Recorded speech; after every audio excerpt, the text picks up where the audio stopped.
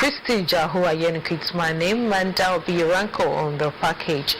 For today, coming up shortly, we shall be bringing you herbal products. No, not to kill COVID-19. No, not something that you would take and you become rich, but something you should listen to.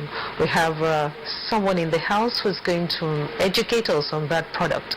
When that's done, we shall be bringing you health matters. We would be talking coping with guidelines of reopening of religious worship centers and COVID-19 and the increasing rate of infections of the virus. Don't forget, we kick-started that topic last week, and we said this week we would bring in religious or faith-based organization leaders to help us x-ray the challenge therein, talking about coping with the guidelines of reopening of worship centers, even as Lagos State just yesterday announced its putting on hold that release of lockdown for worship centers.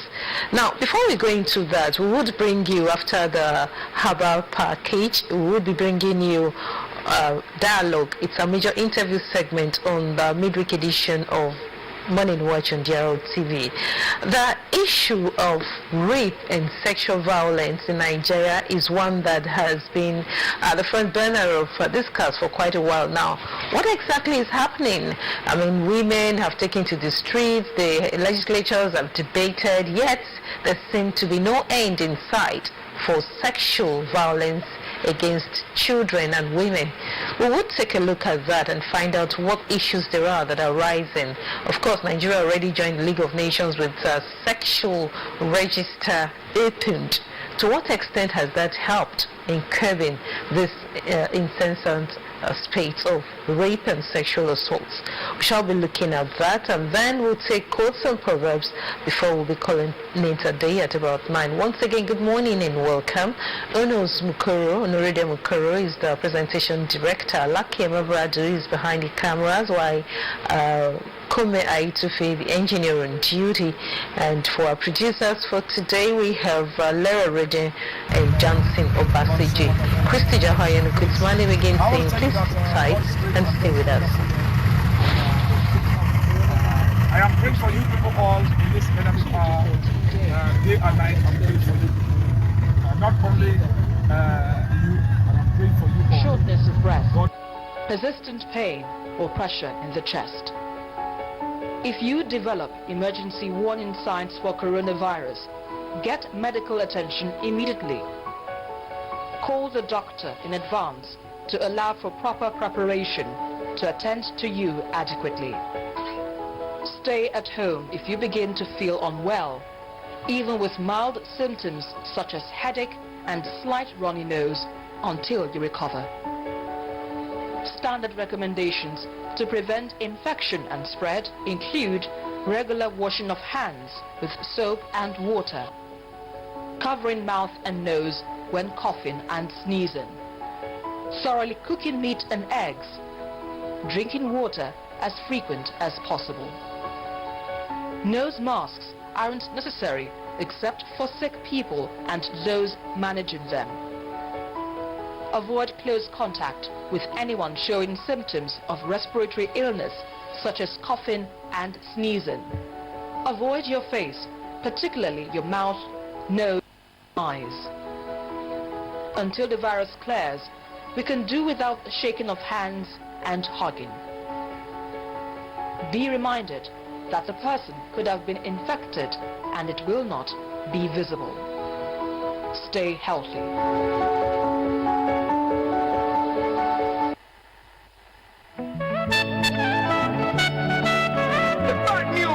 Everyone is a potential victim, but the good news is that everyone is a potential solution.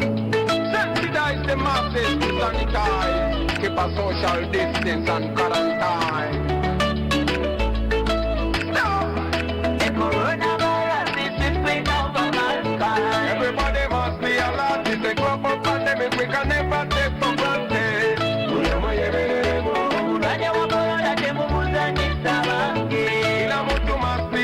It's a matter of life we can never take for granted.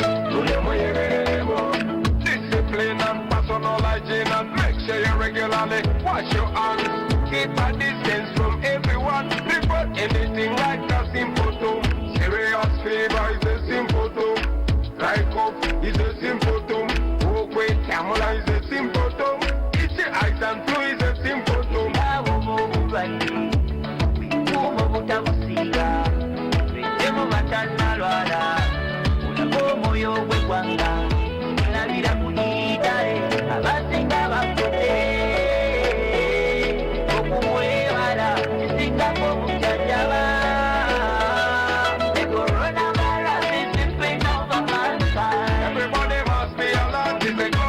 We can never take for granted.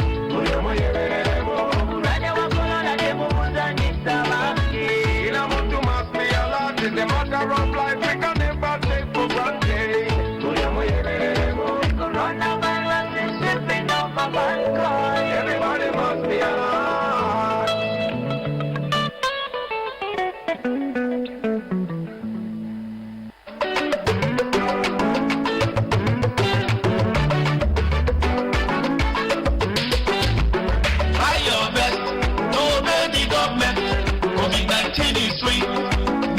Face mask, corona the key.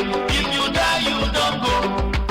Head is wet, maintain social distance. Wash your hands, sanitize your hands. Together, we will overcome the virus. It's the same to obey better than sacrifice. Wear your face mask, everybody hear me. Wear your face mask, fellow dentist. Wear your face mask. Science has failed us, technology has failed us. The whole world is confused.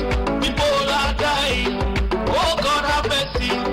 Save your children. Oh, my fellow dentist. Wear your face mask. Anywhere you dey go, wear your face mask. Market woman, wear your face mask. Get rider, wear your face mask. Today inside boss, wear your face mask. Oga businessman, wear your face mask. Clarinetta, wear your face mask. Odayo, wear your face mask. Mama, papa, sister, brother, wear your face mask. Corona the kilo, wear your face mask. COVID-19 is real, wear your face mask.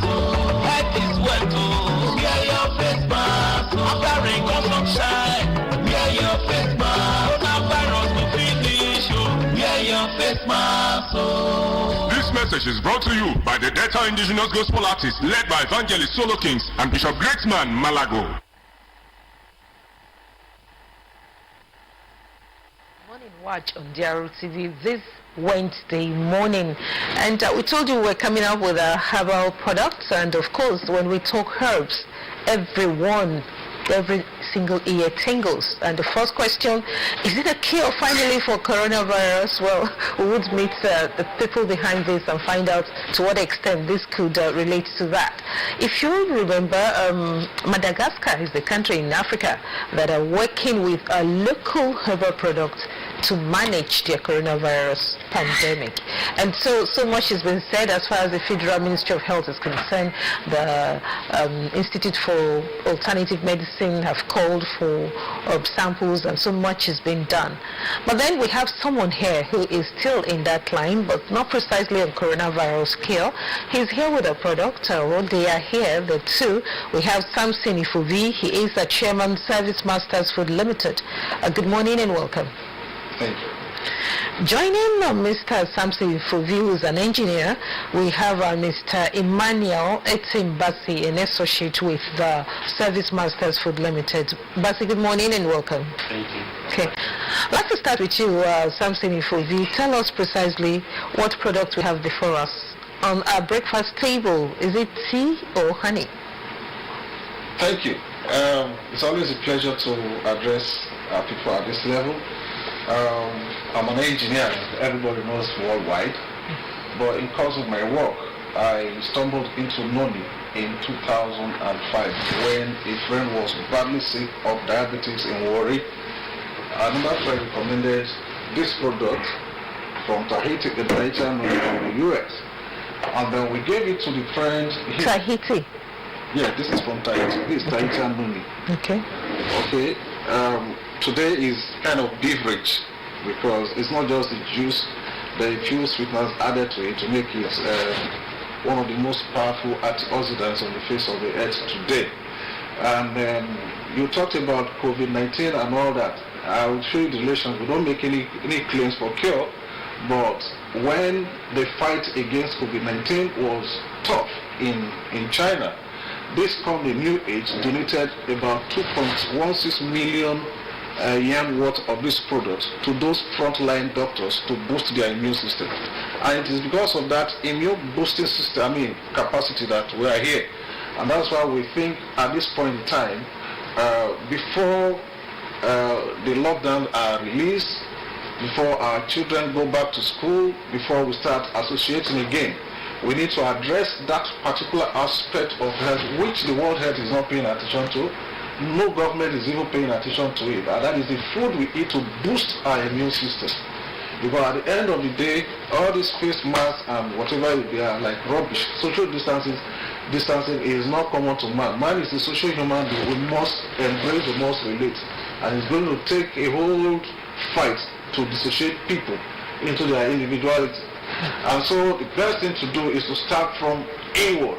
What must we eat to raise our immune system so that we are not prone to viral attack or indeed any kind of sickness or disease at will?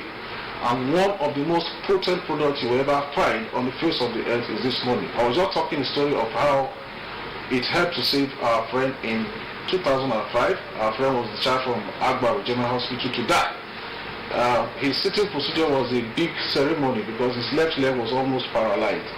We got this product for a price at 8,500 then, 2005, and we gave it to him, well, with a little prayer. In 3 weeks, our guy was back. He went back to his work as an engineer, doing surveying on site and inspecting projects. And beside that, we have used it for people who have diabetic ulcers. Those bad sores that smell, the doctor will first thing will tell you they want to amputate. We tell them, look, if there is any, you can spend a little more money. Come, let's treat you with our noni. Noni, you drink it and then use it to dress. Of course, you don't forget your antibiotics while you are doing that. If in 2 weeks you don't have result, then it means the doctors can have their way. Well, all the cases we have had to step into, we've recorded success. Okay, that is our own local experience here. Noni is one of the most heavily researched foods in the world right now. The manufacturers, which is New Age product, they are affiliated to Morinda. Morinda has a university that does a lot of research. And for this particular product, it is tied to Johns Hopkins Hospital in the US, where Dr. Neil Solomon is their chief or lead researcher. And over the years, he has come up with some cases where this product has been used and it has helped people. And they are published here. And then if you can go on net, there's a book by Dr. M.D. Hall, Noni Through Your Body. From the time you take a sip of Noni, what it does to your eyes, to your ear, to your heart, to your lungs, to your kidney, is written down there. You can find the cases. Basically for us, we want people to be able to boost their immune system so that they can live healthier. The fear of coronavirus will not be as rampant as it is now. In case your mask fails or somebody comes in contact with you, you just bow down to it. If you drink Noni regularly, one thing you can be sure, your frequency to the hospital will be reduced. Your interaction with the normal doctor will be reduced because your immune system goes up. It works on the low density cholesterol that blocks your blood vessels and allows your blood to circulate freely. Some people, after sitting the way I'm sitting, and when they want to get up, their ankles, their waist and every part, they start having all manner of pains. That is because something has stopped the flow of blood to those areas.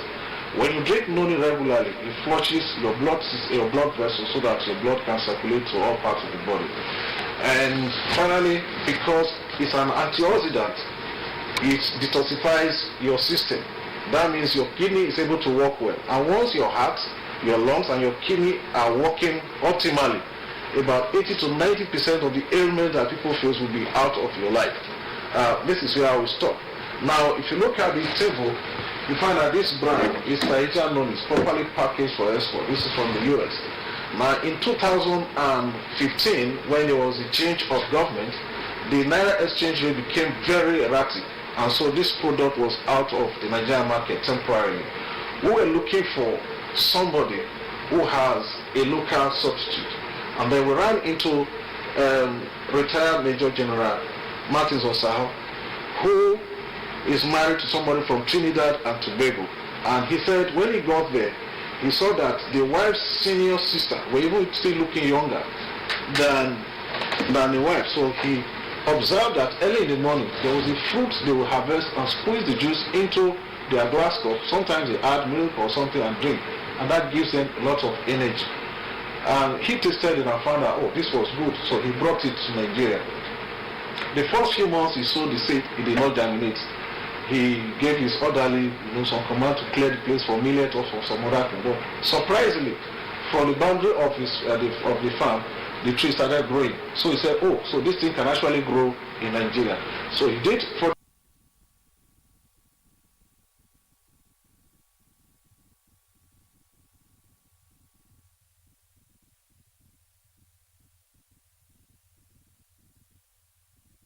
no need, just process it through from the plant through sterilization into the bottle. Now he calls his own virgin honey because not even water is added. It is as pure as it is from the tree. The T&T, I believe, is a tribute to his wife, Trinidad and Tobago Nigerian honey, because that was where he got the fruit from. I can go on and on. There are questions we can ask. Okay. Thank you very much. Because of time, this is quite a mouthful, but where do we start from? Let's look at our own home breed, the virgin noni.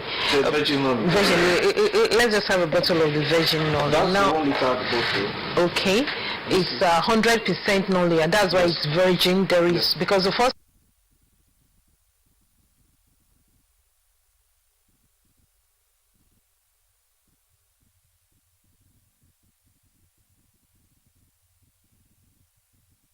tell us more noni is. When we took delivery of Madagascar's brand of prevention for COVID, eventually people broke it down to find out that, look, it's our own common garlic, turmeric, ginger, and what have you.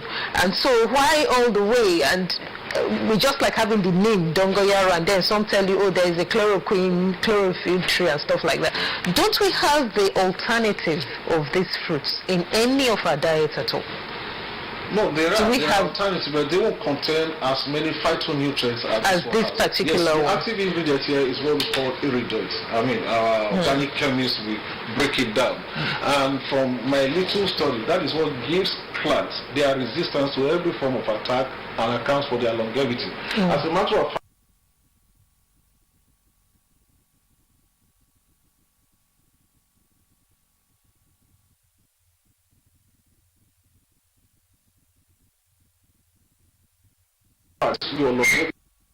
they found out it is this fruit that the leaves, or of course the leaves are also good. The stem is good.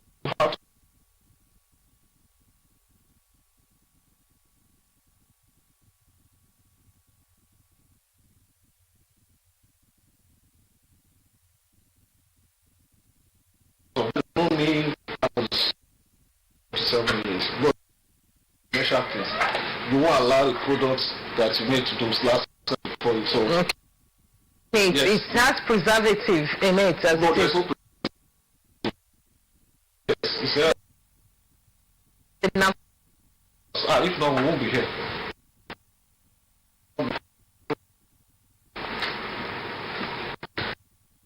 Registration number B1-819. NAFDAC. Okay.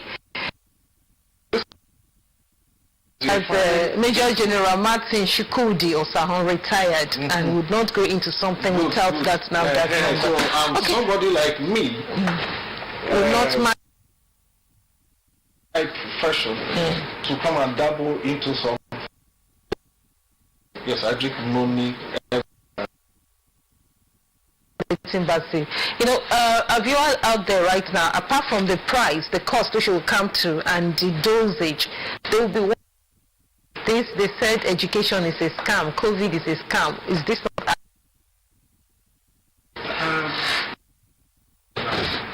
It's not a scam. Like what my boss said, if you consume this money or you make it part of your diet, you know that you will not visit hospital frequently. It will help to work in your immune systems. You will not feel, most people feel malaria, typhoid, often and often. If you make this, if you include this in your diet, you will that for a couple of times you will not feel that the dizziness or the symptoms you used to feel. Yes, because thing is working inside. Since I joined my post 2015, I came all the way from Portugal State to join in here. I've been taking this time to time, and it works. So what we need to do is that, and another thing we need to know that we are taking vitamin C now. From what the World Health Organization are telling us, we take vitamin C to boost the immune system. But this knowledge before us having 100% vitamin C. Let me come back to you, Mr. Samson Ifovi, an engineer son. It's not son, he's still an engineer. I'm a Christian, I'm a deacon, I'm CEO of different companies, but for this purpose. Yeah. Fine. To see an engineer, a CEO of companies doing this. That's what I mean. That's why I said turned. Okay, well, let's look at this. People want to ask dosage. That this is a major challenge when herbs like this are concerned. Dosage, prescription as it were, and then who could take it? Good. Very good. If you look at this is complete. We are telling you to take about minimum 20 ounces per day. There is no overdose in this. You need to break that down. Let's those who are waiting to buy. When you say 20 ounces, now what are we looking at? Is it like 3 spoons per morning or? This one is slightly big, but this is what somebody would like to take over here. This is what we use. This communion cup. Okay. This is communion cup. That's common enough, but my layman's estimation would tell me like 15 to 20 ml. Yes. Here. So this is what you do. And how do you take it? First thing in the morning on empty stomach, 30 minutes to 4. As you are waking up to go and urinate, and coming back, take money. All right, to settle your system. If somebody has stomach ulcer, okay, you will need to take it with either yogurt or milk, just mix the same portion. I have videos of what we've done here because we consume, so we're able to tell people. Yogurt or milk, not honey, not with honey. No, you can do honey because this virgin honey, for some people, it's not as taste friendly as this one. Okay. So some people say, it's not bitter, it's not anything. If I want people to take it, all I do is when you come to the office, I drop a little bit of honey inside the stir, I'll make it up with water and we drink. Okay, so that seems to be this one is ready to sweetened. It's a bit because there are some. But for the virgin, it is not sweetened. It's not sweetened at all. Is it out of place for you to add it sweetener like the honey on? No, the honey is good. Okay. So long as it's pure natural honey, so that you are not contaminating the good things that comes with it. Because I see people making honey from all manner of things. Mulattoes and all that. That's good. Now the other thing I tell people is when you drink honey this evening to sleep, tomorrow morning you wake up and observe yourself.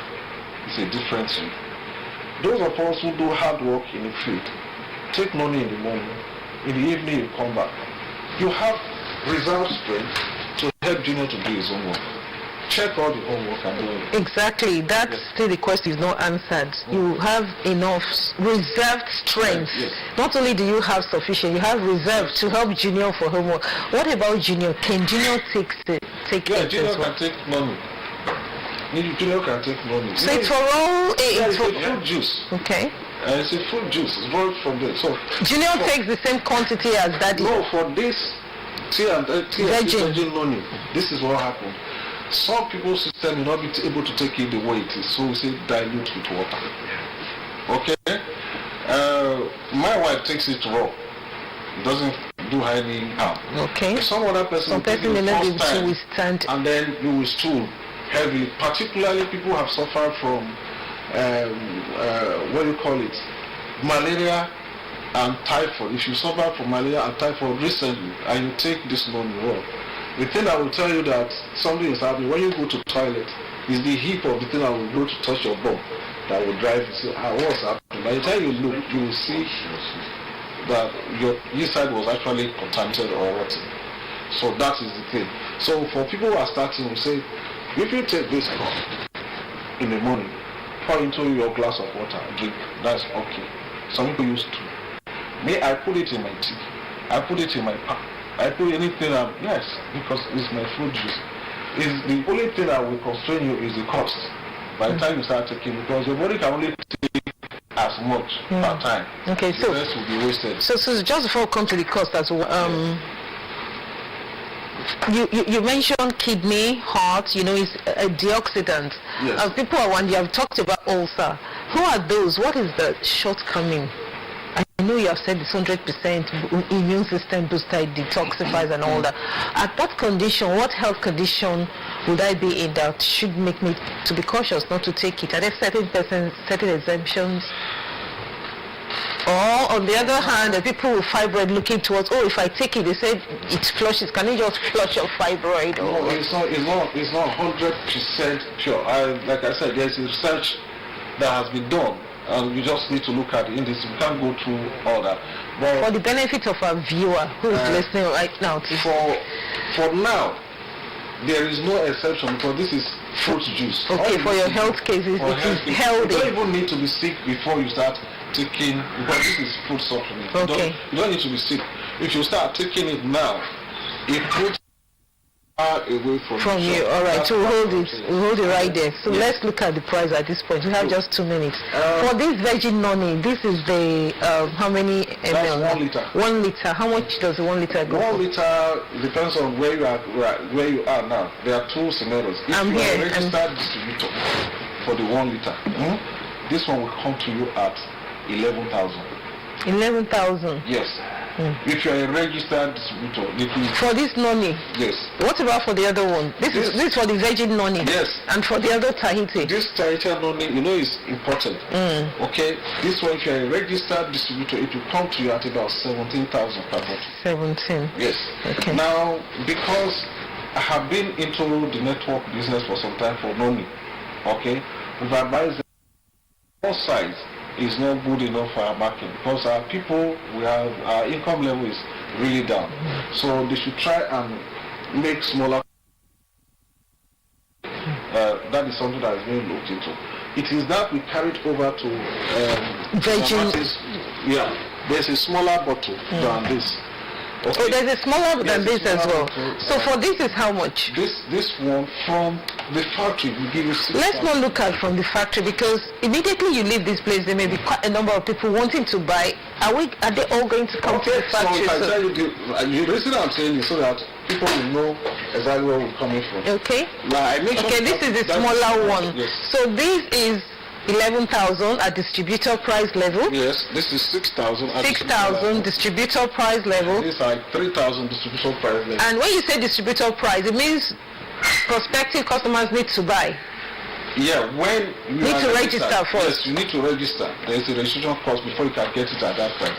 And then all right. You know that in this COVID-19 time, transportation has become another factor. Okay. So I've just given you the basic. Then you add all the. So it's 11, 6, 3. There is one for 9. Okay. 7.5, which is 75 cl. Okay. Okay. But so in the market, this is like 14k. So it's available in the market. It's in shops in the market. We have a few shops. Where? In Warri. We have in Esco supermarket. Okay. We have is almost supermarket. It's opposite. It's a pollution opposite rain oil on PTI. Okay. and then one or two other persons are trying to stop it here. But you can call us. Okay, number? 0803 72 62708. 0803 72 62708. Yes, and 18. Your number should also feature in the thing. 090 96 56 48 95. All right, there you have it. For more questions, text messages, you could just go online right now and you call 0803 7262708 or 0909 656 4895. Once more, 0803 726 2708 or 0909 656 4895 for all about virgin noni, which is produced here in Nigeria, Delta State, or the Tahiti noni. You're interested in detoxifying your system, boosting your immunity, and feeling half your age, if not younger. This is the product to go. We'll be speaking with Samson Ivovi, Chairman, Service Masters Food Limited. He is an engineer by profession. He's been joined today by Mr. Manuel Etim Bassi, who is an associate with the Service Masters Foods Limited. Thanks for your time. All right, so after now, you know what to do when you call those numbers, and you reach us even here at Delta Broadcasting Service, where if I want more numbers and more details to you on how to be a distributor, or you just want to consume it. Our breakfast show continues after now. Please stay tuned. I started prostituting at 11. I've been raped on the blade. I've been raped on the blade. I've had a gun put up. Been abused. I've been raped. I've been molested. I've been tortured. At what age? My first time ever being raped, I was 5. By who? My foster parent, he raped me, and the foster mom, she knew, but she didn't care. That's what it looked like, because I know exactly what he did to me. I remember him coming in the door. I remember everything. Me and my foster mom were just watching a movie. He walked in drunk. He had a cup of alcohol in his hand, and he pretty much asked me to come into the room or whatever. And with me being 5 years old, I'm not expecting this or whatever. So he just grabbed me up and covered my face and told me to be quiet and just did it. And it was just blood everywhere. I was screaming. She came in. This is how the police was called. She came in and she was like, "What are you doing? What are you doing?" He hit her. But I guess I found out later that they had already history of abuse problems in their relationship, so this is why she never cared about him continuing to do it. But like I said, I will have memories in my head of certain things as I'm getting older. It happened, So eventually you went out on your own at some point? I ran away. You ran away? I just ran away because I got sick of, it felt like they weren't doing anything. At what age were you on your own? 11. You ran away at 11? Yeah. And where'd you go at 11? I just ran away. That's when I started prostituting. At 11? Actually, I met a guy, and he showed me that. He showed me that, I was running away, and he found me, and then he started having sex with me and stuff, and then he just showed me to prostitute. And ever since I was from 11 until even now, I prostitute because I don't have a job and nobody will hire me. I don't have my high school diploma. I don't have any family. I started doing cocaine at 11 too. He showed me cocaine. I stopped doing cocaine though because that's why I'm so small now. And now I came to Skid Row. You're in a tent? Mhm. I stay in a tent out here because I don't want him to. I'm scared he's gonna find me. Are you using any drugs that are on here? I tried to Fuki crystal, but I really don't want to do it because I don't want to fuck myself up, but I'm more so starting back on cocaine. But I just recently tried crystal. That shit's crazy. That shit makes you...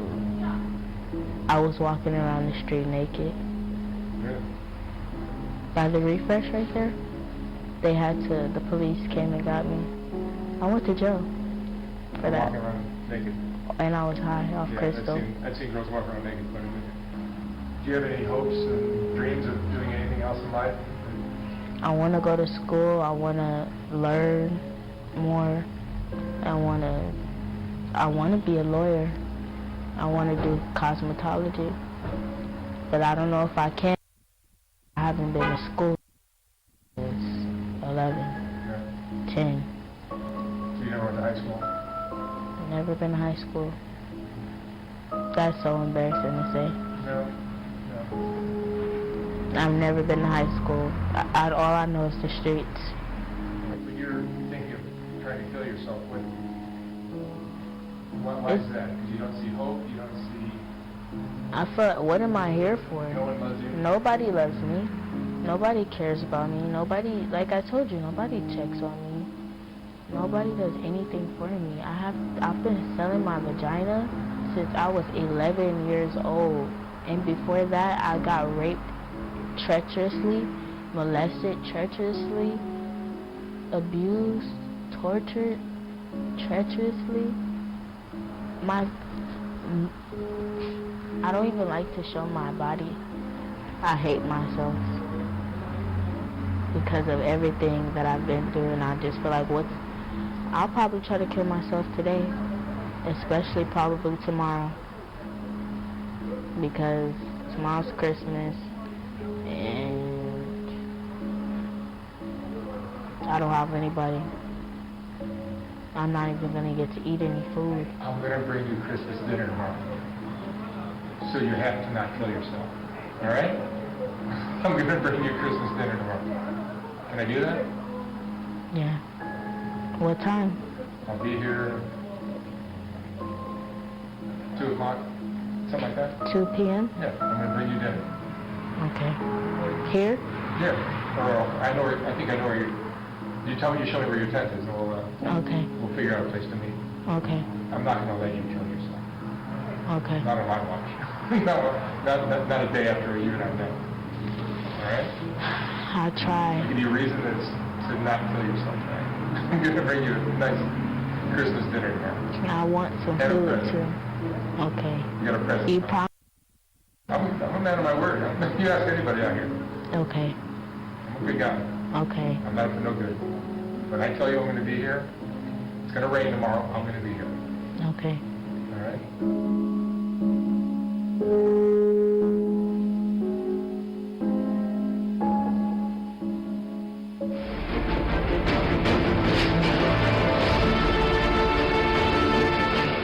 On our breakfast table, morning watch on drtv this Wednesday morning, the midweek edition, and here is where we welcome you on board Dialogue segment. Dialogue is a major interview for the breakfast show, and today we shall be focusing, as we dialogue, the issue of domestic and sexual assault. Now, it's no longer news that there is an increase in the spate of domestic and sexual violence as far as Nigeria is concerned, right from rape cases of underage girls, undergraduates, people on route journeys, and even husbands against wives. There's been an upsurge in such cases. What is responsible for this spike? Is it the COVID-19 or what? There are others who have argued that there may be some kind of ritual connotation to it. How true? What are those issues? Again, sexual registration.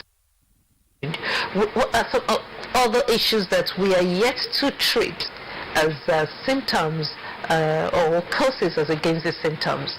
These answers will be answered by resource persons.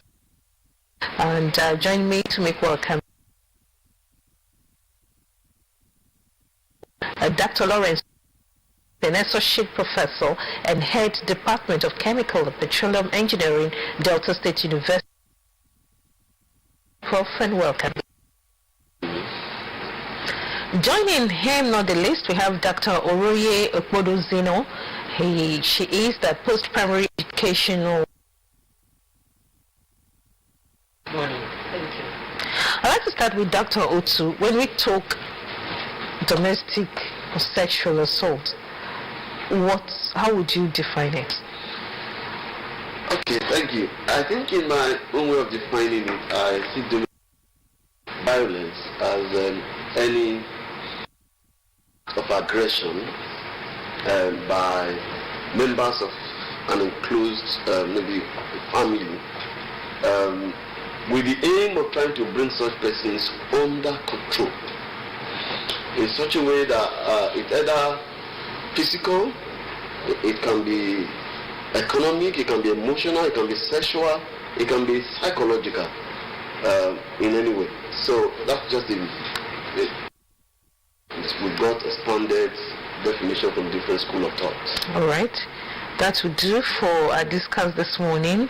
Any violence that's meant to bring the person being violated under control, whether psychologically, financially, physically, and otherwise. I come to Dr. Oroye. When we talk about this issue in recent times and then way back, there seemed to be a spike. Have you sat down to consider what may be responsible for this increase? Thank you. Of late, there have actually been a surge in domestic and sexual violence. And if we take a look back to some months back, this era of COVID-19, we find out that a lot of persons have been under depression. And as you know, depression makes some persons to react abnormally, not going to anywhere, being confined to one place. This has put some persons into some acts which ordinarily they would not have done. They see this confinement to one place as sort of being caged and look for an avenue to free themselves. Sorry, let me just add that it's a global phenomenon. When COVID-19 started, there were about 40% upsurge, about 40-50% upsurge in the reported cases in the police divisions in the United Kingdom and in the United States. So it's global, particularly during this period of the lockdown. So let me just add that. When we talk about an upsurge, and she said depression, which by explanation she says people trying to look for objects or human beings to take it out. Yeah. Now, why sexual violence? It's not the only. Are there certain societal propellants towards this? Even though global, you said, when we talk about the tendency to want to take out that energy, why should it be talk towards sexual violence? So, okay. Maybe I should talk as a man because I think most of the perpetrators are men, so maybe I should speak. Now, again, we have this local adage, this parable that we know that an idle mind is the devil's workshop. That's number one. Secondly, we also, from interactions and all that, we've also discovered that during this period of the lockdown, people were not working. Many of them were exposed to pornography. They were watching pornographic content. It was, and because of the presence of this, Android and all that, people could access the internet. And once the mind is free, you start thinking. And when you are not using that energy for anything, so by the time you feed your mind so much with such content, you will start losing your balance. I'm a man, I'm telling you that. You start losing your balance. And before you know it, things that used to be abnormal may start seeming normal. And with the frustration of the depression that normally sets in unknowingly to many people, before you know it, you are involved in it. So and I can also say that I like to be, when I was younger, much younger, before I became a Christian, I used to watch pornographic content. We go there in our time, we call it, I was young then, my teenage blue film. When you finish, every woman you see on the street, you are imagining how she will perform, how she will react. You are thinking, moving on the street, you are seeing them as if everybody is naked, So you are almost gone.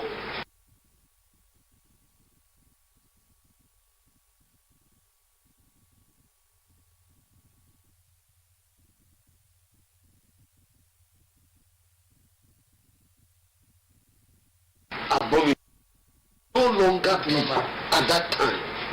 It's more or less a psychological problem that sometimes will have a psychiatric dimension. Thank you. Dr. Podus, I was asking, you say about losing your balance, or it's a case of mentality, but he just rightly capped it there when he said you to require a psychiatrist to actually handle.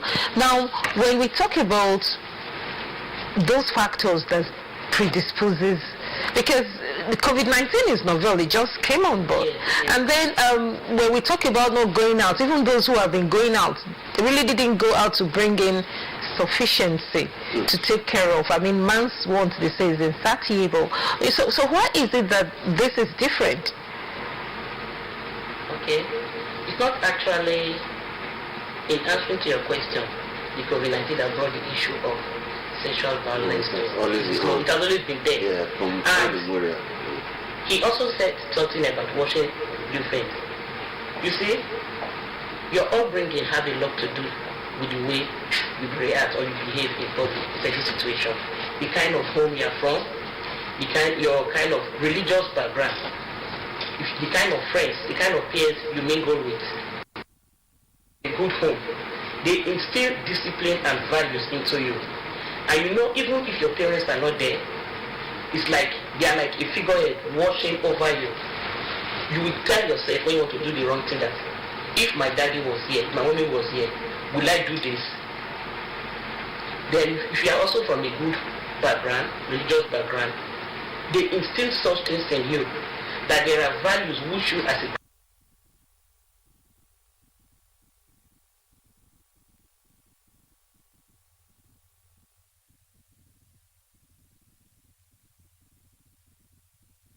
against women. If you take to the social media recent times, a most pathetic one was one I saw of a man who raped his daughter. Yes. Even in the presence of the wife, who is the girl's mother. One begins to wonder that when you talk about upbringing, you talk about religious background. I mean, here is a man who goes to church, for instance, takes maybe a pastor, takes the family to.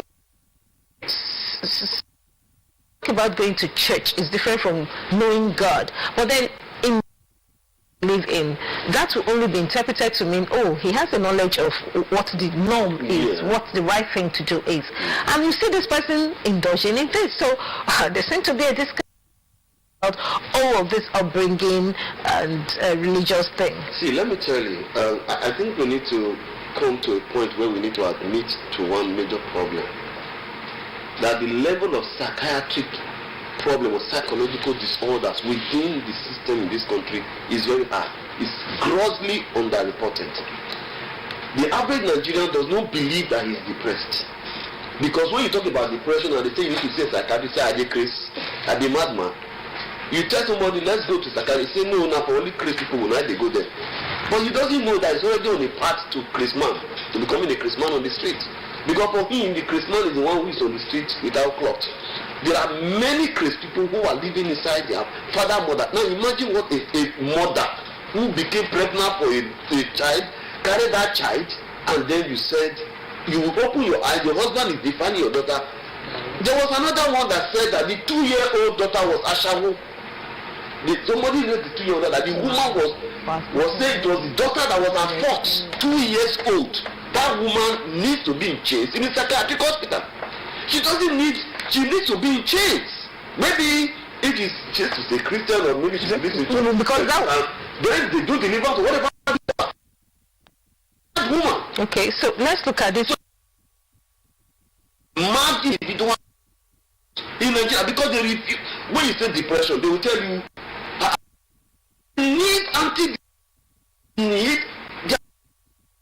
and that's why in Nigeria the problem is that we don't have psychiatrists, we don't really have psychologists. People need to see people for counseling. There are no designated counseling centers for family to be able to from time to time monitor. That's why in the UK, I lived in the UK for quite some time. They are well paid. Any small trace of misnomer, they will quickly respond to it. From school, from everywhere, they will quickly respond to it. In Nigeria, all of us go to church. Even the devil goes to church. Okay, I'll hold you right there. If you just join us, we're talking the state of domestic sexual assault in Nigeria and issues that have been coming up as far as the recent upsurge are concerned. Our guests here have said that idleness, first of all, depression arising from the lockdown, COVID-19 to some extent, and they asserted that this is a global phenomenon. It's not restricted to Nigeria alone. When we talk about the COVID-19 lockdown, researchers have shown that there is an upsurge where this issue of domestic sexual assault is concerned. Besides depression, they said idleness, the devil's workshop they call an idle mind. And they said your upbringing, what was the moral or value system with which that person was raised. They talked about peer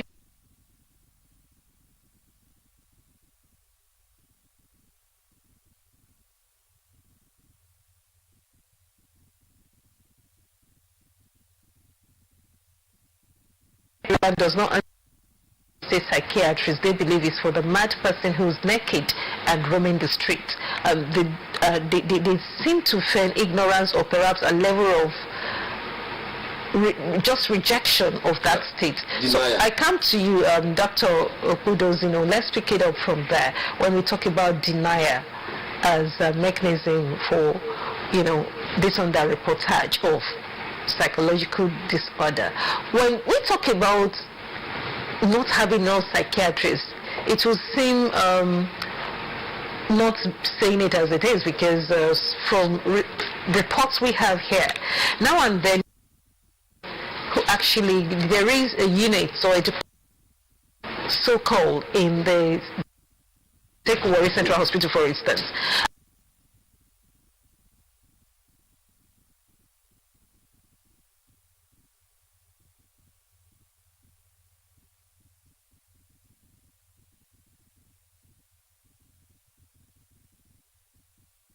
The drugs, some still go undercover. Do you think that there is a challenge with stigma when we talk about this denial or lack of the tendency to want to accept this is a true state of mind of Nigerians? Yes, you will agree with me that in Nigeria, when you talk about psychological illness or one having psychological trait in himself or her, and you bring it out openly, even your own family, there's this stigma attached to it. In the society, there is stigma attached to somebody having psychological. They see it as somebody that has mental problems, like Dr. Otto rightly said.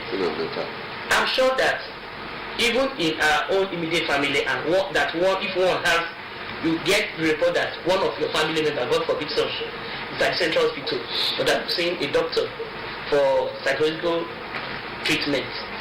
You will sit down, with your level of education, and start wondering, are we safe with this man? Often, drove himself there, or she drove herself. So this issue of stigmatization is really a big issue that making, even when people know they don't come out openly, and when they go undercover. True.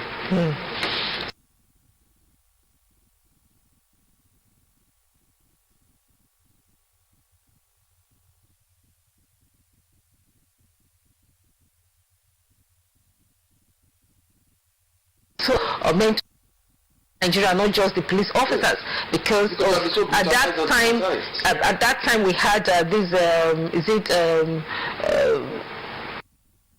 should we say extrajudicial killings, as it were, and they'll say it's something discharge or whatever, accidental discharge and all that. Now, if you look at the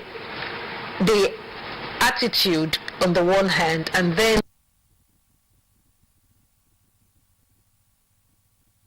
the other way, where your family members, you're saying, will stigmatize you if you go there, when eventually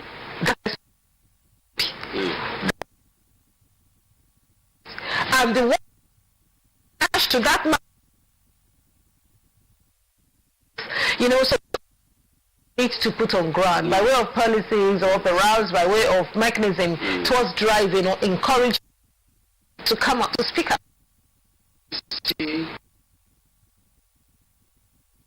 Balances with dimensions as a pandemic itself. When there are jingles, people when this thing, they first of all know that okay, this thing, I will be able to, you know, I can find help. When you start thinking like this, know you see yourself.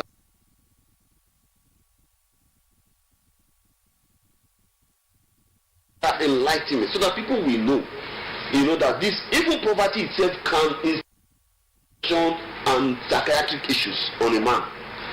And if you notice, many women will agree when a man doesn't have money, his body will be hot, as if naturally, his temper, everything, you know. And then at that time, let's give an instance. At that time, his body is hot, and he wants to sleep with his wife, and his wife is saying no. Excuse me, Dr.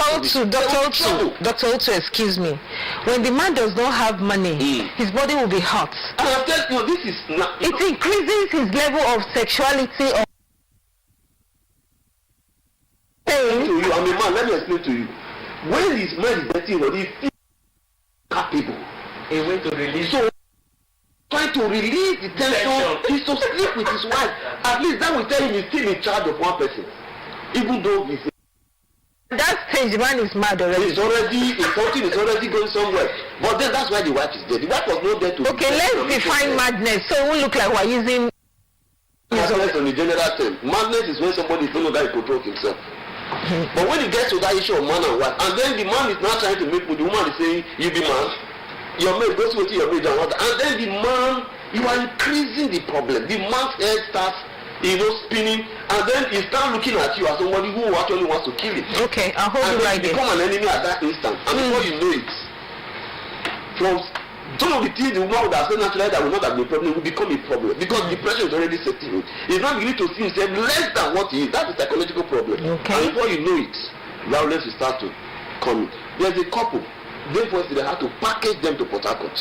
I'm a pastor. I'm also a pastor. You packaged them? I had to package. I had to use that word. They've been having issues. I've been trying to interact. I called my psychiatric consultant in Benin. I sent them to Benin. I carried them to Park. They went to Benin. They gave them drugs. The problem started after some time. It went down. Then the woman started complaining that look at. The other day she said we're going to sleep at night. The man was pressing her neck. The man will finish and then come and start begging and say he doesn't know what he's doing. We tried to pray. The next day, do you know what happened on Sunday? The man came to church and said, so if I really kill my wife, her neck. I said, what? So I said, this one is already a problem. So I just quickly went to the house, saw the woman. I called their family in Port Harcourt. I said, look, arrange the house. We need to move them. One, they are complaining about the environment. I said, if they change the environment, it will help them. These are things, these are some of the solutions. All right. I carried them by force. I said, if they don't move, I will use soldier to park the man. He said, it's not that you must go. I packaged them to the park, paid for vehicle, sealed them, and take the driver straight to Port Harcourt. They are there now. We don't have much time. I will crave your indulgence on air that we'll be here next week again for us to do a part 2 of this because there are issues, for instance. Dr. Opodu Zino, when we talk about exerting your energy, I mean, if I feel like you're pressed, you go to ease yourself when you're pressed, yes, to be on ease. Yes. So why would I think of a woman and what's between her legs whenever I am pressed or depressed? No, why not some other things? Not just a woman, but at least that's the common one. Whether a girl or a female, maybe a 2-year-old daughter, the girl child, you know. Let's look at this issue of how we can help victims like this. Because it is obvious they will not come forth on their own. The man is a victim. Because he's not in himself. It's not in normal thing. He himself is a victim of a problem that he's going to exert on another person. Who is victimizing the man? I'm with you, doctor. Who is victimizing him in that place? In answer to your question, there are ways that you can assist in trying to bring these men to the stop. One is you try to call the victim of the sexual violence. We don't go violent about it, but calmly. That You know, generally people don't speak up. It's of recent that people are coming out to speak out about sexual violence. And it's growing. Years back, it was a rape. And they rape you, don't even say it. Nobody will want to marry somebody that has been raped. But these days, with much education, sensitization by NGOs, social media, people have come to realize that it is better for you to speak out. Yes. And when such a person speaks out, the appropriate thing to do most times is for the family to take the issue to court and let the perpetrator of such acts be dealt with. If you know, of recent, you see, we heard about sorry, let me quickly cut you. The issue of taking to court is not where you take them to law enforcement. If you go abroad, the first thing they want to detect that this is a psychiatric issue, they send it to a psychiatrist. You are attended to. So the person, the interest is not to punish, the interest is to rehabilitate. You try to counsel, you want to know why did the person do what he did. If you discover that the person is now unrepentant, that's why they label them as serial rapists. And in society, that once a serial or somebody who does something comes into a society, everybody knows that that person is there.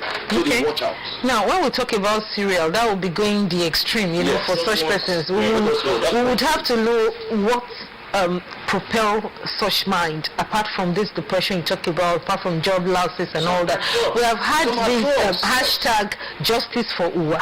Yes. We had Vera Uwala Masuwa, the undergraduate. We have so many. We have the 2-year-old daughter, 13-year-old daughter, you know. Children are women. And this is after the one in Benue State some few years back. Again, the people will begin to suspect that, look, all of these things we're talking about here, you people have projected purely academical, that there must be more to it. How can a man carry his own 2-year-old daughter and start, you know, that there must be some kind of secret cult, or there are some kind of racial connotation to it. There are. In South Africa, they were the same when HIV was ravaging everywhere. That if you sleep with a 3-year-old, a young baby, your HIV will be cured. And so they were raping children all over South Africa. So is that possible? Is that a possibility? Yes, coronavirus? There are boys that are being raped. In this, so when you talk about sexual violence, you are mentioning only female. I said no. When a man even sees another man as a female, he can be raped. Boys are being raped as I speak. What's the percentage compared to? Well, very low, but they're happening. And we must not go back to it. We just have to hold this here. Next week we'll pick it up from here. Yes, sexual violence is not just against women. No. The men are victims. Violating them in the houses. We'll have to find out more.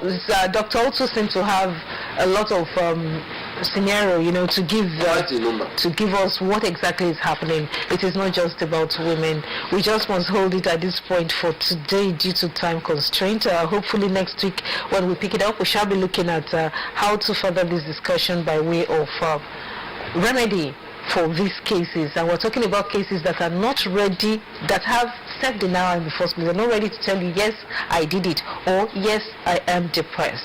And then what about a legal justice system, criminal system? When you talk about rape, the evidence before someone could actually be taken as that criminal, it's huge. We'll look at some of this and some other technicalities next week when we meet. We'll say thank you to Dr. Mrs. Oroye Okpodo Zino, a post-primary education board member. Many thanks for being here. Okay, she is an educationist. Thank you for being here. And Dr. Lawrence Otu, Associate Professor and Head Department of Chemical and Petroleum Engineering, Delta State University, Ole Campus. Many thanks for your time. Thank you for having me. Thanks for having me. Okay, we urge you to be with us again Wednesday next week when we further this discussion. If you want to come talk, this is the time. It's out. This is something. See you.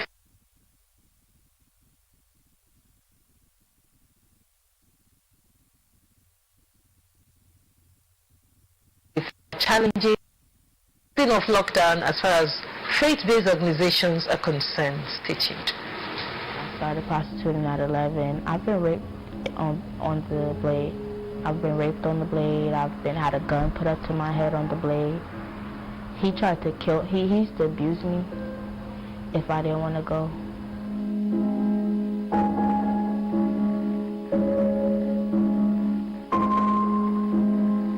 I've been abused, I've been raped, I've been molested, I've been tortured. At what age? My first time ever being raped, I was 5. By who? My foster parent, he raped me, and the foster mom, she knew, but she didn't care. That's what it looked like, because I know exactly what he did to me. I remember him coming in the door. I remember everything. Me and my foster mom were just watching a movie. He walked in drunk. He had a cup of alcohol in his hand, and he pretty much like asked me to come into the room or whatever. And with me being 5 years old, I'm not expecting this or whatever. So like, he just grabbed me up and like covered my face and told me to be quiet. Just did it. Like blood everywhere. She came in. This is how the police was called. She came in and she was like, "What are you doing? What are you doing?" He hit her, but I guess I found out later that they had already history of abuse problems in their relationship, so this is why she never cared about him continuing to do it. But like I said, I will have memories in my head of certain things as I'm getting older, and I'm like, why would I think these things if it didn't happen, So eventually you went out on your own at some point? I ran away. You ran away? I just ran away because I got sick of, it felt like they weren't doing anything. At what age were you on your own? 11. You ran away at 11? Yeah. And where'd you go at 11? I just ran away. That's when I started prostituting. At 11? Actually, I met a guy, and he showed me that. Like, I was running away, and he found me, and then he started like. Thank you for being there with us on our breakfast show, Morning Watch on DRTV, this midweek edition, Wednesday morning. Here is where we welcome you on board our last interview segment for today. And we kick-started this topic last week when we took a shot at the easing of the lockdown, coping with guidelines of reopening of religious worship centers in COVID-19 and increasing rate of infections of coronavirus. Perhaps the church. Reverend Father Obajere Emmanuel, he is the Director of Justice, Development, Peace and Commission of the Catholic Diocese of Warri. Director of Justice Development and Peace Commission, Justice Development and Peace Commission of the Catholic Warri. Obajere, thank you for joining us on the program this morning. Okay, also joining him we have Dr. Bride Nena. He is the Medical Director, physician. Doctor, welcome again. Thank you, Christy, for having me this morning. Okay, I'd like to start with you, Reverend Father Obajere Emmanuel. Doctor spoke a great deal last week, and we were looking at the constraints, perhaps the level of vulnerability that Nigerians will be experiencing against the backdrop of the easing or relaxation of the lockdown and then opening of worship centers. Just yesterday, the Lagos state government had to put on hold again that very move to reopen worship centers. And we look at the spike in the figures. It doesn't seem to be going down. The opposite seems to be the case, What are some diocese? And talking about Catholic Church, we have quite a number of faithful. When you talk about congregation, what has been the experience and what have you discovered?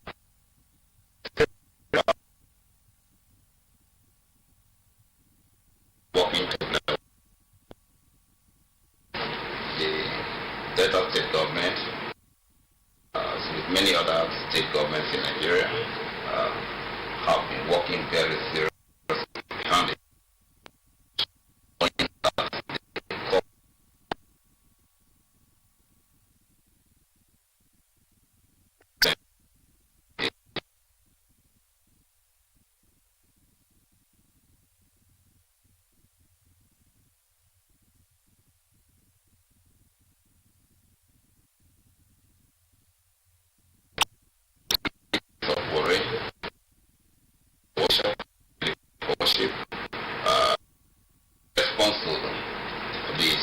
condition of ground.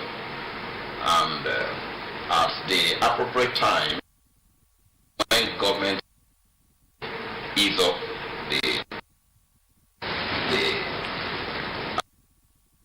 conditions for reopening,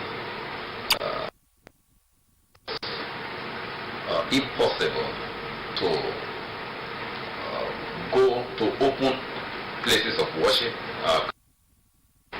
without infringing on the condition, any of the conditions given by government. The Catholic Diocese have already opened the church in corridors until such a time that the government gave the second easing directive and reopened.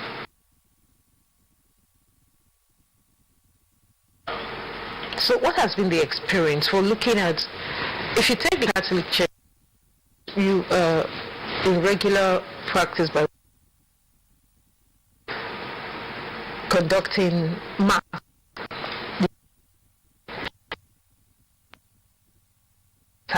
where you have to take the cup and all of that, So we're looking at the spike, that is the increase in number of the COVID-19 in Nigeria, and then when we look at the worship centers like Kios, for instance, and others, what has the experience been? Do people believe at all the sensitization you did going in consonance with the directive of the state government and all that? Do we still see that measure of observance and adherence to these lockdown guidelines, even in the course of you're having masses? Yes, as a result of the directive from government and the reality of the pandemic, there's no doubt at all. Majority of people know that this thing is real. So you social distance in your masses? Yes, of course. And in response to that, there are a number of directives that have come in the way we conduct our mass and the liturgical services. Okay, we'll hold you. We have to, everyone coming to church, we have to put on a mask. Just like every other church is, Reverend Father. What we're looking at is, for instance, has there been any testing? Do you really know the status of your congregation? No. Okay, not at all. Hold you there, Dr. Emenena. Now, it seems we're back from the market to the religious, to the faith-based organizations. We seem to, yes, social distance, people get a measure of food, but when you come outside after the church services, you see people going into tricycles.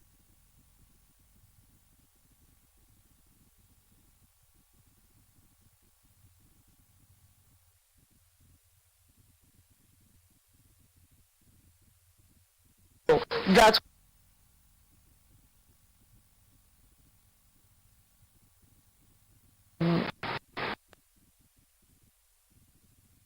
going to July. We, as a matter of priority, it was. Well, firstly, thank you for having me comment the everyone here rightly said.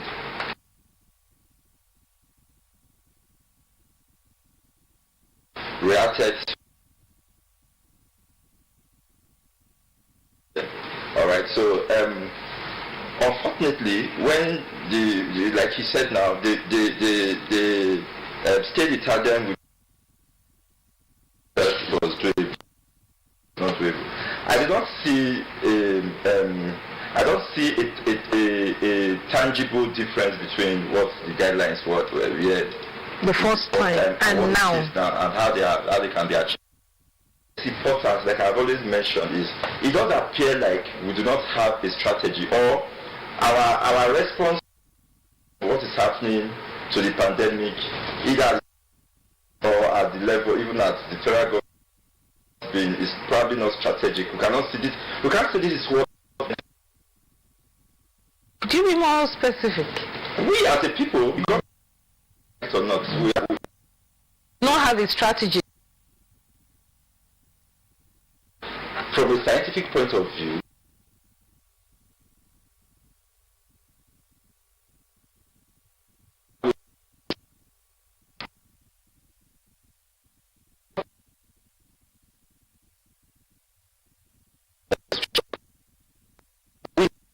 around the world, we can say, okay, we've been able to curtail it to this point, so we can do this now. And even as we ease restriction, we should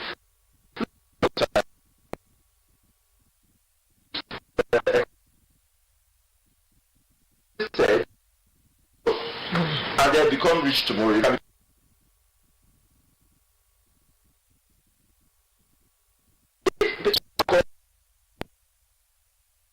With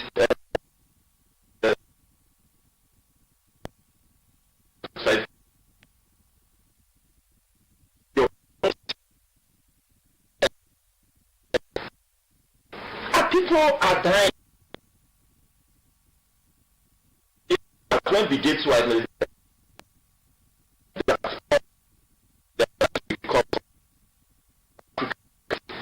she said that of the way we are as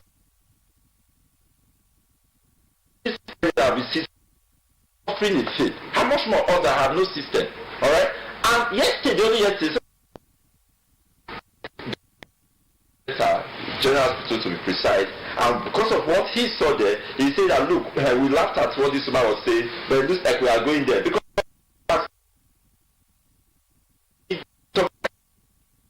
why is there the craze about trying to people, like you rightly said, is pulling back.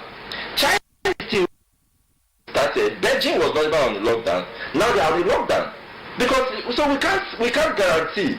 Now what are we doing? Yes, we cannot continue to stay locked down. But what then? What is the for the first time? I will talk about where we are. We have 10 days.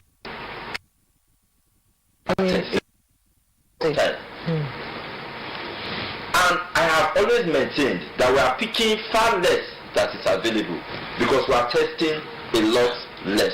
Under testing. We are under testing. So there are people who are not critically ill. They won't even show up. There are people who have suddenly lost a sense of smell, like I said last week. They won't show up. I saw a patient about 2 weeks ago who said he can't smell. I said, go to so place. And then only a week after, it occurred to me that I said, I didn't even follow up. Let me call this young man. I had to go to his records to look for his address and his phone number. I called him to say, how are you doing? What happened where I said you should go to? He told me, because he said when he left, the smell, he started smelling. We cannot rule out that person was a positive, and that means he's continuing to. So, I can't.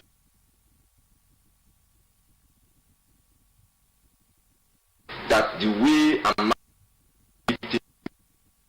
only put us in deeper trouble. Thank you. We'll hold you right, Emmanuel, because we're based on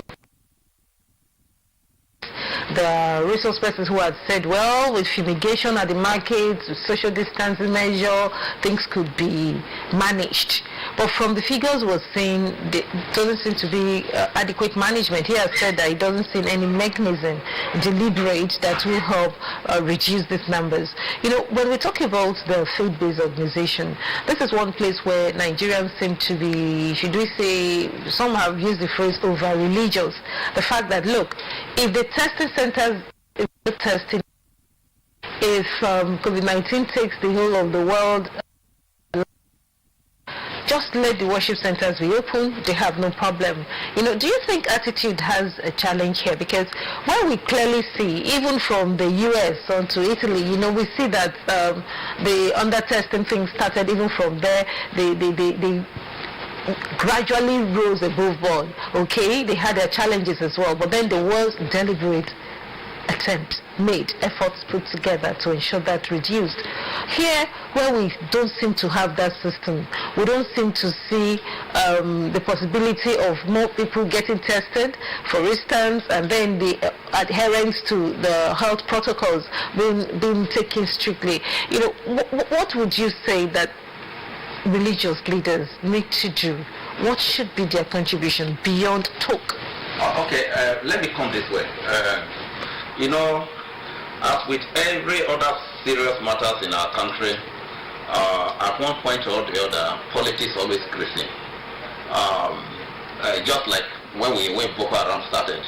After the time many years ago when former President Olusegun Obasanjo said that Boko Haram has become an industry, nobody took it seriously. Now it is beginning to dawn on us that it is really an industry. The same thing people are already beginning to permutate that this COVID-19, some politics is already beginning to creep in. I do not subscribe to those who say that worship centers should remain perpetually underlocked.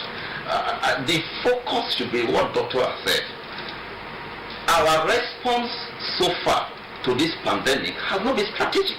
Even as I said, it has not been strategic. We talk of interstate ban. Is it working? We know that Agofure and other vehicles, they fly Port Harcourt Road on daily basis. If you want to go to Port Harcourt, now just walk up to the road, you see Siennas, you go buses, they are all running Port Harcourt. So the interstate, is it working? It has broken down. Is it from the Olobo axis? Just tip them with 1,000 naira and you are gone. So it has broken down. Then I have expected that by now, so because all of that are broken down, we should have a testing center in every local government. The minimum we can ever imagine. In every local government, it should be a testing center. We cannot ignore these issues, and then our focus is worship center. By the way, if you look at the worship centers, the way the easing has come and the church has cooperated by way of cooperating with the directives, it's far better than what you see in marketplaces. It's far better than what you see in malls and other places. So, for the Catholic Church, we have responded to the directives of the government, and the response is such that if all our parishioners and those who go to church follow it that way, you have lesser cases of transmission within the church environment. For instance, we have suspended, the church has suspended, the Catholic Diocese of Warri and the whole church in Nigeria have suspended communion in the mouth. We now do communion in the hand. Okay? We have suspended the kiss of peace, where you need to embrace somebody, peace of the Lord be with you. All of that has been suspended. And then even offering has been shifted to the end of service, because you cannot use money, the hand you use in dropping money in the offering bowl, and then you place the hand for communion again. So that has also been taken to the end of the service. As people are going out, they just drop their offering and they walk. So the way the church has cooperated and the guidelines the church has put in place, far better than what you have in marketplaces and other places. So we should be talking about how can we respond strategically to this issue. Right now, as a state, we don't seem to be doing that. Yeah, because when we're talking about social distancing, Reverend Father, people talk about the worship centers, the mosques, the churches, or what have you, having that tendency for that crowd. That's where people will go to. Just yesterday I was in a service and I saw the freedom with which children were actually doing their things. No one seemed to be paying a second thought to it.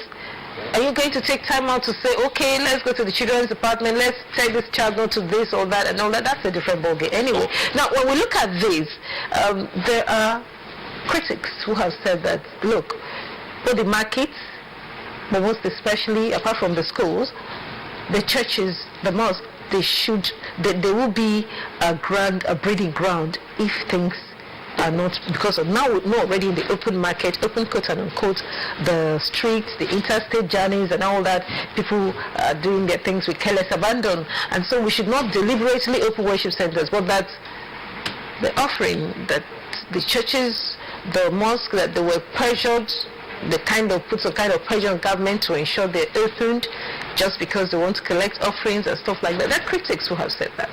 Okay, all right. So, if I may respond to that. People talk out of ignorance, and when you don't know what to say, you say what you know. Many of those critics don't know what they are talking about. They are all over the world. all over the world. Worship centers, suspended congregational service all over the world. Right from Rome, Paris, France, everywhere. Then at the time, because they were working hard, and that is the point Doctor is trying to make. They were working hard. At the time, they had to start easing up. We all hear America, if Donald Trump also looking for money, you know how he has been itching. He's driven by economy. How he has been itching to open up America. Yes. But the point is that the churches are opening up together with government. They are working hand in hand with government. The church is not just opening up. It's government is have experts advising it and all of that working together to make sure that the church opens up and opens up commonsensically. And that is what the Catholic Church has done. If we go the way the Catholic Church, the method the Catholic Church has adopted, there will be lesser cases of infection. Dr. Bright, now when we talk about the blueprint for concerted, deliberate effort towards flattening the curve and looking at all the breakdown, level of non-compliance from the interstate travel ban, violations in marketplaces, public places, social distancing not there. Okay, in 1 minute, what would you suggest to the government? Look, primarily, we need to do more testing. As a matter of fact, I told someone that their inability to test, even as practitioners, is distracting us from even treating other patients, because you are easily carried away with the possibility that what you are facing could be coronavirus. All right. So if you look at the number of times that we may have to refer somebody or send somebody thinking it's coronavirus, that it comes out negative. All right. So when it comes out negative, think about the time it takes before it comes out negative, and think about what you would have gained managing the situation if you had known earlier that it was negative. So you can imagine what I mean when I say it's causing distraction. So firstly, we need to do much more testing. Secondly, we need to implement measures, because like rightly said, measures like what? The interstate lockdown, for example, is failed. Okay. It is not there. And then secondly, and lastly, even the general restrictions need to be reviewed. And then we decide, because in fairness to, I like that Reverend has continued to talk about the Catholic Church, but that's where he is, and that's where he probably can talk about. Yes, so maybe the Catholic Church can survive without offering, but you cannot entirely separate the fact that business is part of the reasons why some of these other places may probably be putting pressure for the reasons to be open. Because as Christians, we would have expected that we should show good example. So, and the church, like the Catholic Church, for example, we do better in trying to keep to the guidelines than the markets and other places probably will. Okay. So thank you. I think we need to have a general review of what we are doing. Thank you very much. That's what we hold this discuss for this morning. We need to have more efforts strategically towards ensuring that Nigerians comply with the health protocols, not just at the worship center, but like interstate journeys, like what you're doing right now at the market, wherever you're sitting, and of course lots more. The government needs to be responsive and responsible for the health of Nigerians as far as COVID-19 curbing the spread is concerned. We'll be speaking with Reverend Father Obajere Emmanuel, the Rector of the Justice, Development and Peace Commission of the Catholic Diocese of Warri. Many thanks, Reverend Father. And of course, not the least, we have had Dr. Bright Imenena, Medical Director, BU Clinic Hospital Warri. He is a family physician. Thank you for the enlightenment. Thank you. Thank you. Here is how we draw the curtain on our breakfast show for today. Christy Jahaya includes my name, saying join us again Wednesday next week, God willing, when we bring you the midweek edition again. Of course, tomorrow is Thursday. We urge you to stay tuned to Thursday's edition. See you next time. On behalf of the producer, Alera Reader and Johnson Obasaje, stay out of trouble. Enjoy the rest of your time.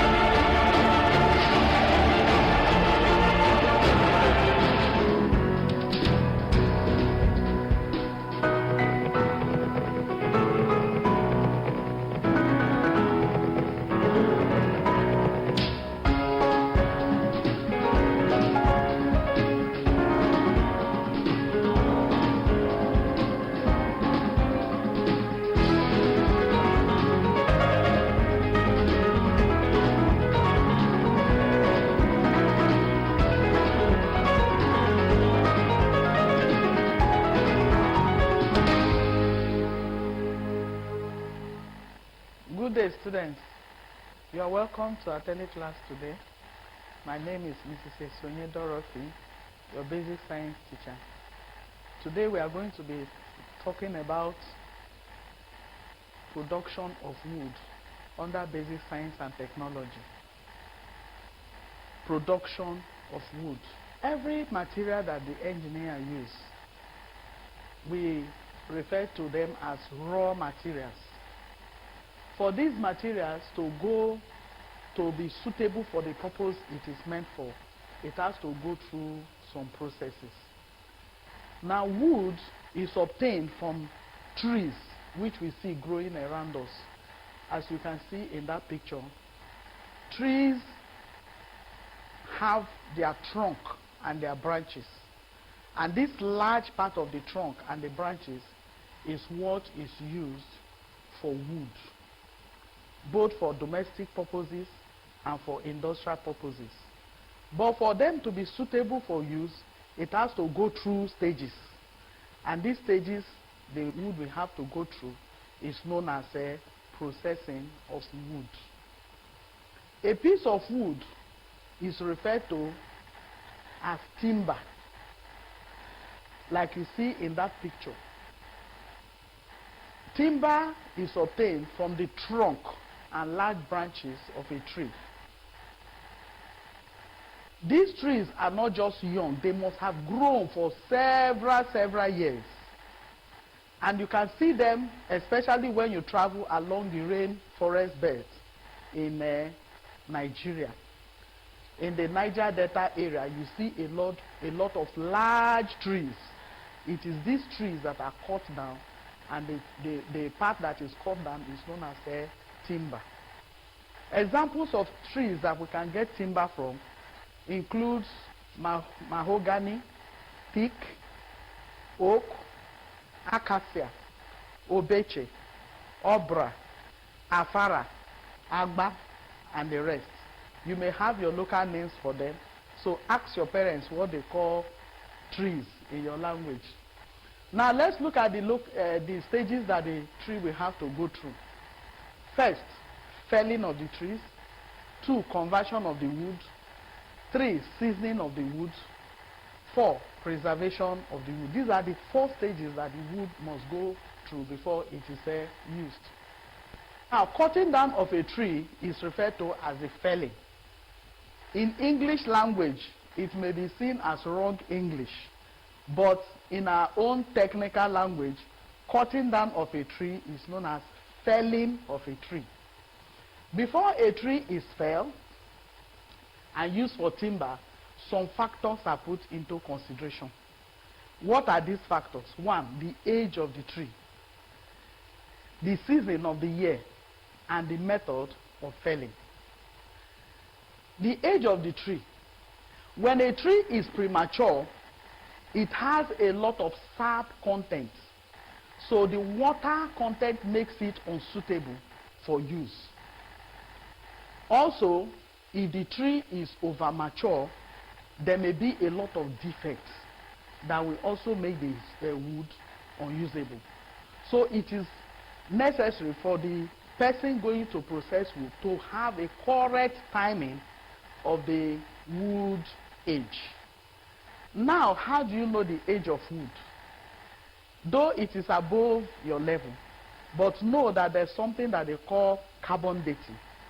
Those who are conversant with this, when they see the tree from the back, they know the layers of the tree. For every year, the tree adds 1 layer. So when you see a tree, by the number of layers, we know how old that tree is. Then the season of the year.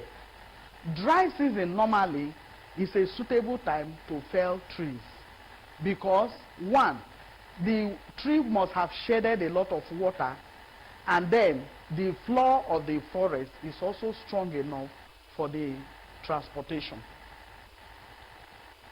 Method of felling. You don't just start felling a tree, it has a lot of technicalities. 1, you must determine the direction the tree is falling to. Then, you will now cut the tree as close to the ground as possible to avoid loss. You can tie rope to the trunk of the tree. While some people who are very knowledgeable in it are pulling the rope, they are cutting the tree.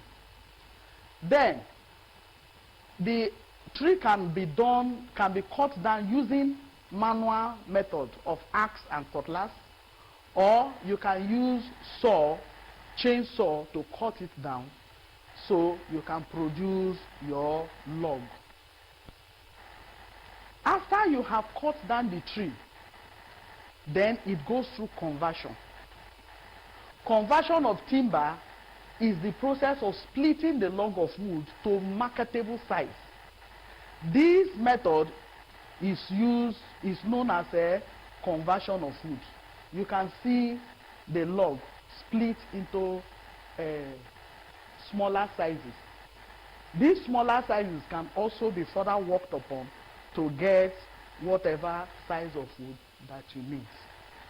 Conversion of wood is usually done in two stages. Either plain cutting, which is just cutting the wood without considering any factor. You know that if you look closely at a piece of wood, there are some kind of, lining, which we call the ray of the wood. So if you are doing plain cutting or flat cutting, you don't need to look at the ray of the wood, you just cut. So the splitting of the pieces of wood without paying attention to the ray is known as plain cutting or plain sawing. Then we have the quarter saw method, which splits the log of wood, turning them so that the splitting can go along the ray of the wood. This type of sawing produces superior wood to that of that first method. The wood may take a longer time to go through the sawing. It takes a lot of technicality, but definitely it produces a better result. And the wood gotten by such method does not suffer a lot of shrinkage. Seasoning of timber. Seasoning means reducing the water or moisture content of the wood. The reason for seasoning or drying of our timber are: one, to produce a light and stable wood. When you reduce the water content, the wood becomes lighter and it becomes more stable. Two, it makes the wood durable and stronger. If you have a fresh wood, it is easier for you to destroy a fresh wood than it is to destroy a dry wood. Three, it makes the wood able to absorb paint and preservative. When the water content is reduced, the paint can easily penetrate the wood and remain there. But when the water content is high, as you paint and the water is flowing out, it can easily wash off the paint. Now, how do you know whether your wood has a high degree of water content or not? You have a method of determining it, which we call percentage moisture content. Mathematically, we say percentage moisture content, WW minus WD over WD times 100, where WW means weight of the wet sample of wood and WD weight of the dry sample of wood. So when you do that calculation, you will know the extent your wood has dried. Drying can be done in two ways. One, natural or airing, like you see in that picture. Natural or airing, this involves just stacking the planks in layers, one on top of the other, with pieces of wood, which you call the stackers, separating each layer. This airing is very slow but economical. If you go to sawmill, you will see them stack their wood, separating them. Even where they are selling, you see them stack it like that, separating them so that they don't stick to one another, to avoid the growth of a muco. Then artificial or kiln drying method. In that picture, you see that the wood are arranged and pushed into the kiln where it can be heated and humidified. Then the air is circulating so that the temperature is stabilized. This method is faster, but is expensive. It's not every woodworker that can afford it, so they prefer to go with the cheaper method. But when you dry your wood with the kiln, you can be sure of the result you get. Wood preservative. Wood preservative is treating the wood to prevent insects, termites, or fungi from attacking the wood. Of course, when you look at a stack of wood, you will see that some of the time you see dust coming out of the wood. It is insects that has attacked that wood, and when that happens, the wood becomes very weak and unsuitable for use. So when it is preserved, it prolongs the lifespan of the wood. And there are three types of preservative. One, the oil type preservative, like the toxic distilled oil. Two, water soluble preservative, like the water borer salt. Then solvent type preservative, like chlorinated phenol and metallic nitrate. These preservatives can be used to make your wood last longer and more durable, strong and useful for whatever the engineer wants to employ it. Now look at the oil type of type preservatives. They include coal tar, toxic distilled oil, and solignum. If you look at those who are constructing the road, there's a black liquid, very viscous, that they pour on the layer of the tarred road. This can also be used in coating our wood. Solignum is also a dark liquid that can be used to coat the wood. When this is done, it decolorizes the wood, and so it cannot be used for anything within. It is used for outside the work. Water soluble preservatives, they are chemicals used such as zinc, copper dissolved in water, called water borer. These ones prevent, when you soak the wood inside that water, it prevents ants or insects like termites from penetrating such wood. Then you have solvent types. They are preservatives made from chemicals such as chlorinated phenol, metallic nitrate, and sodium citrate. When they are dissolved in white spirit, they can be used to treat wood, and it preserves the wood. We have methods of applying this preservative.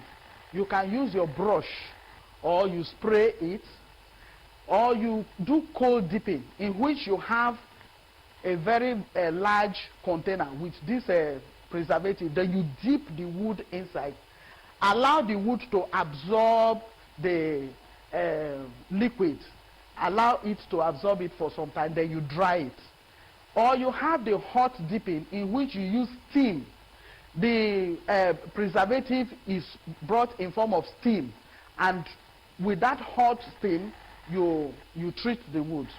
Pressure treatment is another method you can use to preserve your wood, in which they are pressurized with hot air to prevent any kind of attack.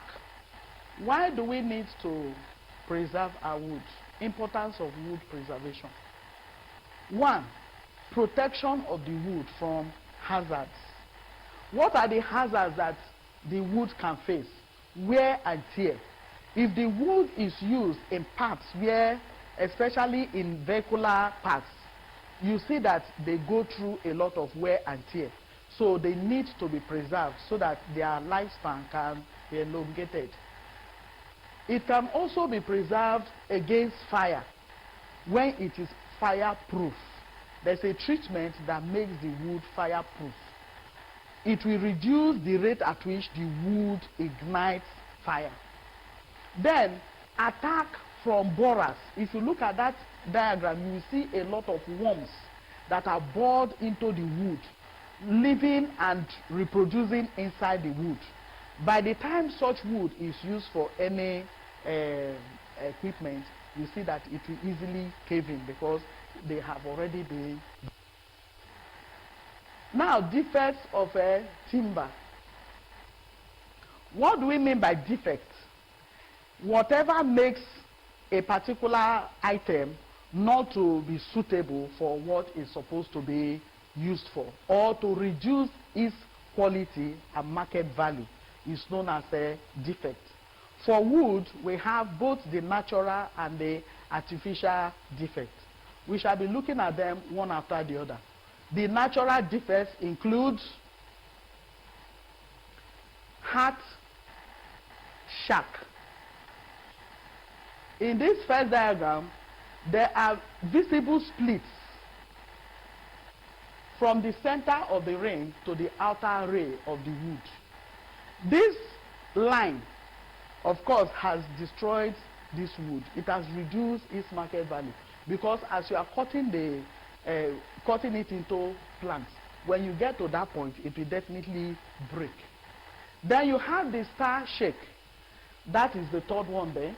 You see line forming a star shape from the center to the edge of the ring. Then you have the cup shake.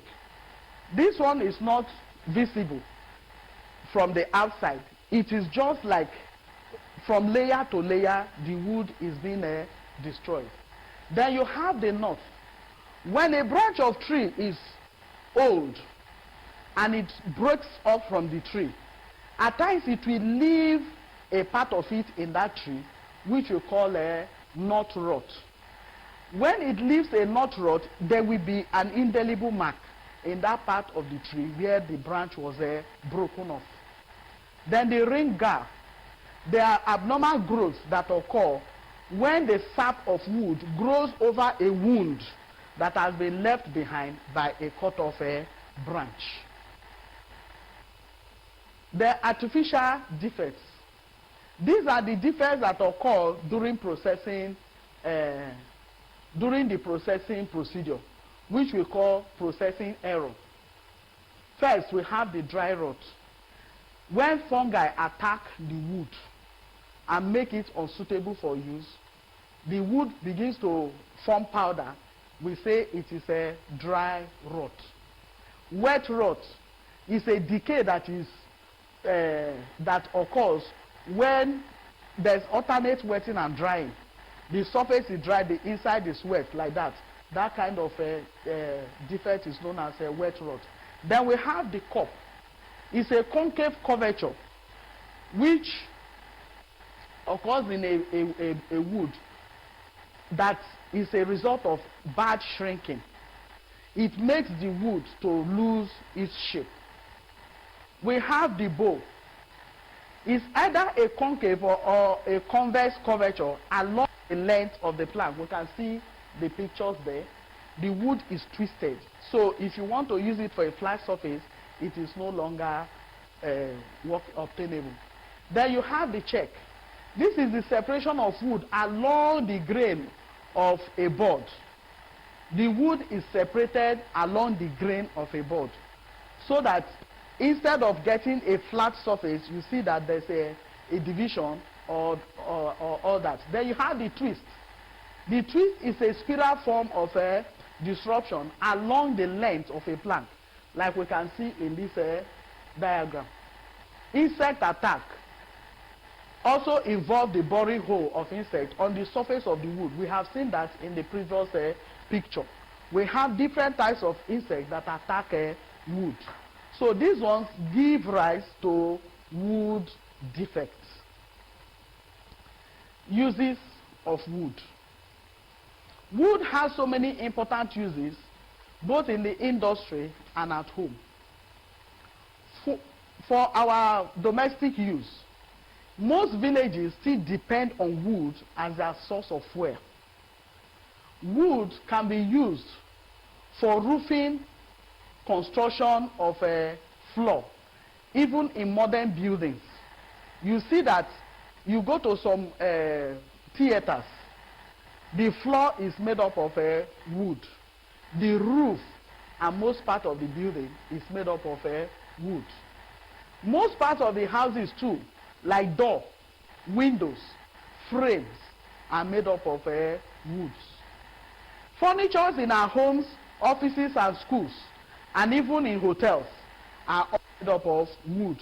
For example, we have chairs, tables, beds, wardrobes, bookshelves, cabinets in our kitchen, all made up of woods.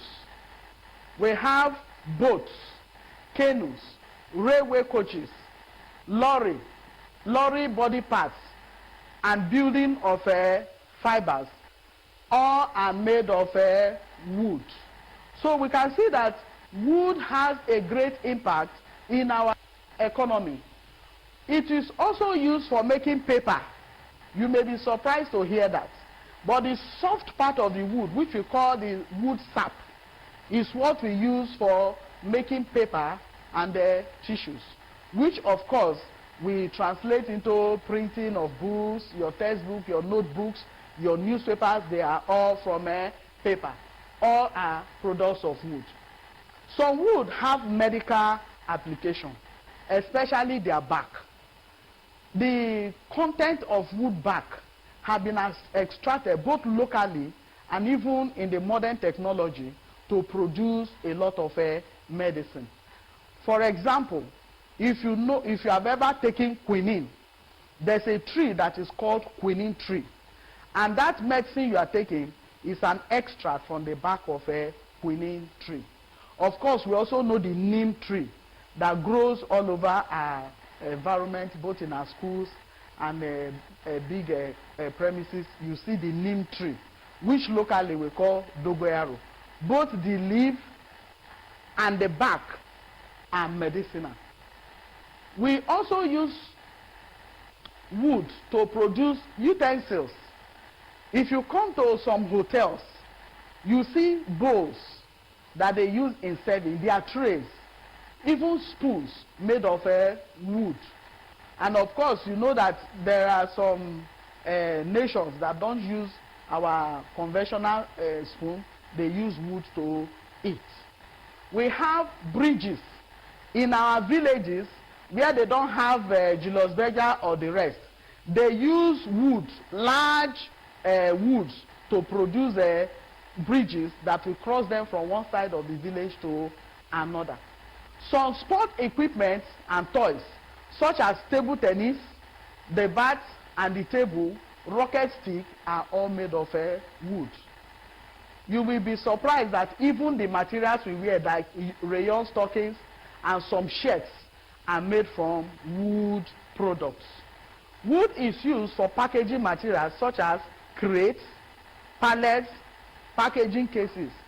You go to your grandmother's house, you will see a big trunk box that is made of wood. So the use of wood cannot be overemphasized. What have we said? We have looked at wood, and we said that before wood can be useful, either in the industry or at home, it has to go through some changes, and those changes are called the processing of wood. And the processing starts with felling, it goes on to the conversion, it goes on to the preservation and the rest. We also saw that wood can also have a defect, either naturally or artificially. The natural defects are the ones that occur within the tree on its own, but the artificial defects are the ones that occur as a result of use. We also saw that we have to determine some factors before we can fell a tree. We have to know the age of the tree, we have to know the season of the year that is suitable, and we have to know what method to adopt in cutting down the tree. And we said that cutting down of a tree is known as felling of tree. We looked at some of the uses. They are so numerous.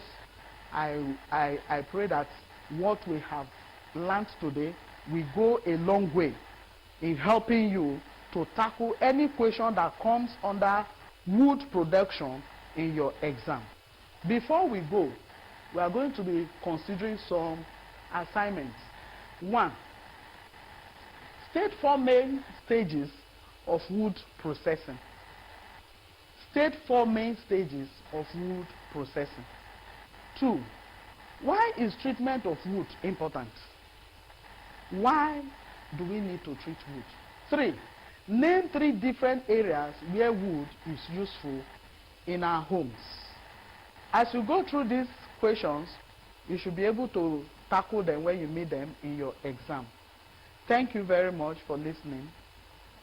I'll see you in the next class. Before then, stay safe. My name is Mrs. Esonye Dorothy. Bye for now.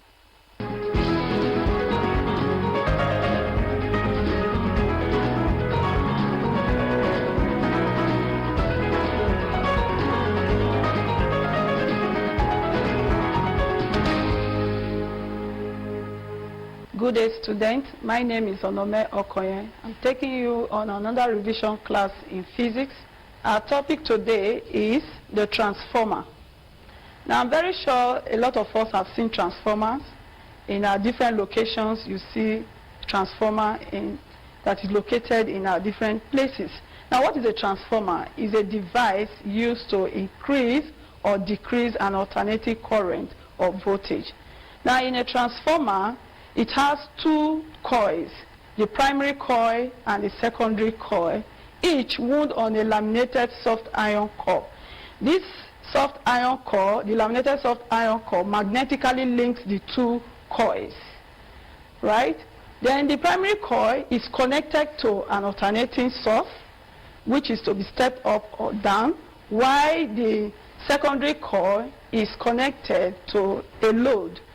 Now, when an alternating current flows in the primary coil, it produces an alternating magnetic field in the iron core. Now, this alternating magnetic field links the secondary coil and induces in it an alternating current or voltage. Now, the size of the induced current or voltage in the secondary coil depends on two things. One, it is directly proportional to the turns of wire in the secondary coil, and two, the rate at which the magnetic field is changing. So those are the two things it depends on. Now, the size of the induced voltage in the secondary coil, according to Faraday's law of electromagnetic induction, is Vs, which is voltage in the secondary coil, is equal to minus Ns. Ns is the number of turns in the secondary times the change in the magnetic field over the change in time. So we take this as equation 1. So the induced voltage in the primary coil is proportional to the number of turns in the turns of wire in the primary coil, which is Vp. Vp means voltage in the primary coil, which is equal to minus Np, which is the number of turns in the primary, times the change in the magnetic field, d phi, all over change in time. So we take this one as equation 2. So if we divide equation 1 by equation 2, we have Vs over Vp, that is voltage in the secondary coil over voltage in the primary coil, equal to Ns over Np. Ns is number of turns in the secondary all over number of turns in the primary, that's Np. Or we can still write voltage as Es over Ep. E then means the EMF of the secondary coil all over EMF of the primary coil, which is also equal to number of turns in the secondary all over number of turns in the primary. That's Ns all over Np.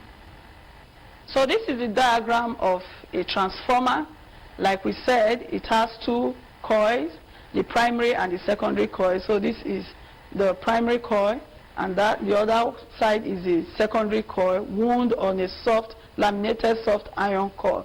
Of course, the primary coil, we said, is connected to an alternating voltage source, while the secondary is connected to the load. This is the magnetic field created, alternating magnetic field created when current flows, the alternating current flows in the primary coil. So I want to look at efficiency of a transformer. Now, ideally, an ideal transformer is 100% efficient. So transformers are highly efficient machines. The efficiency of practical transformer is close to 100%. Of course, a practical transformer cannot be 100% efficient, but is close to it.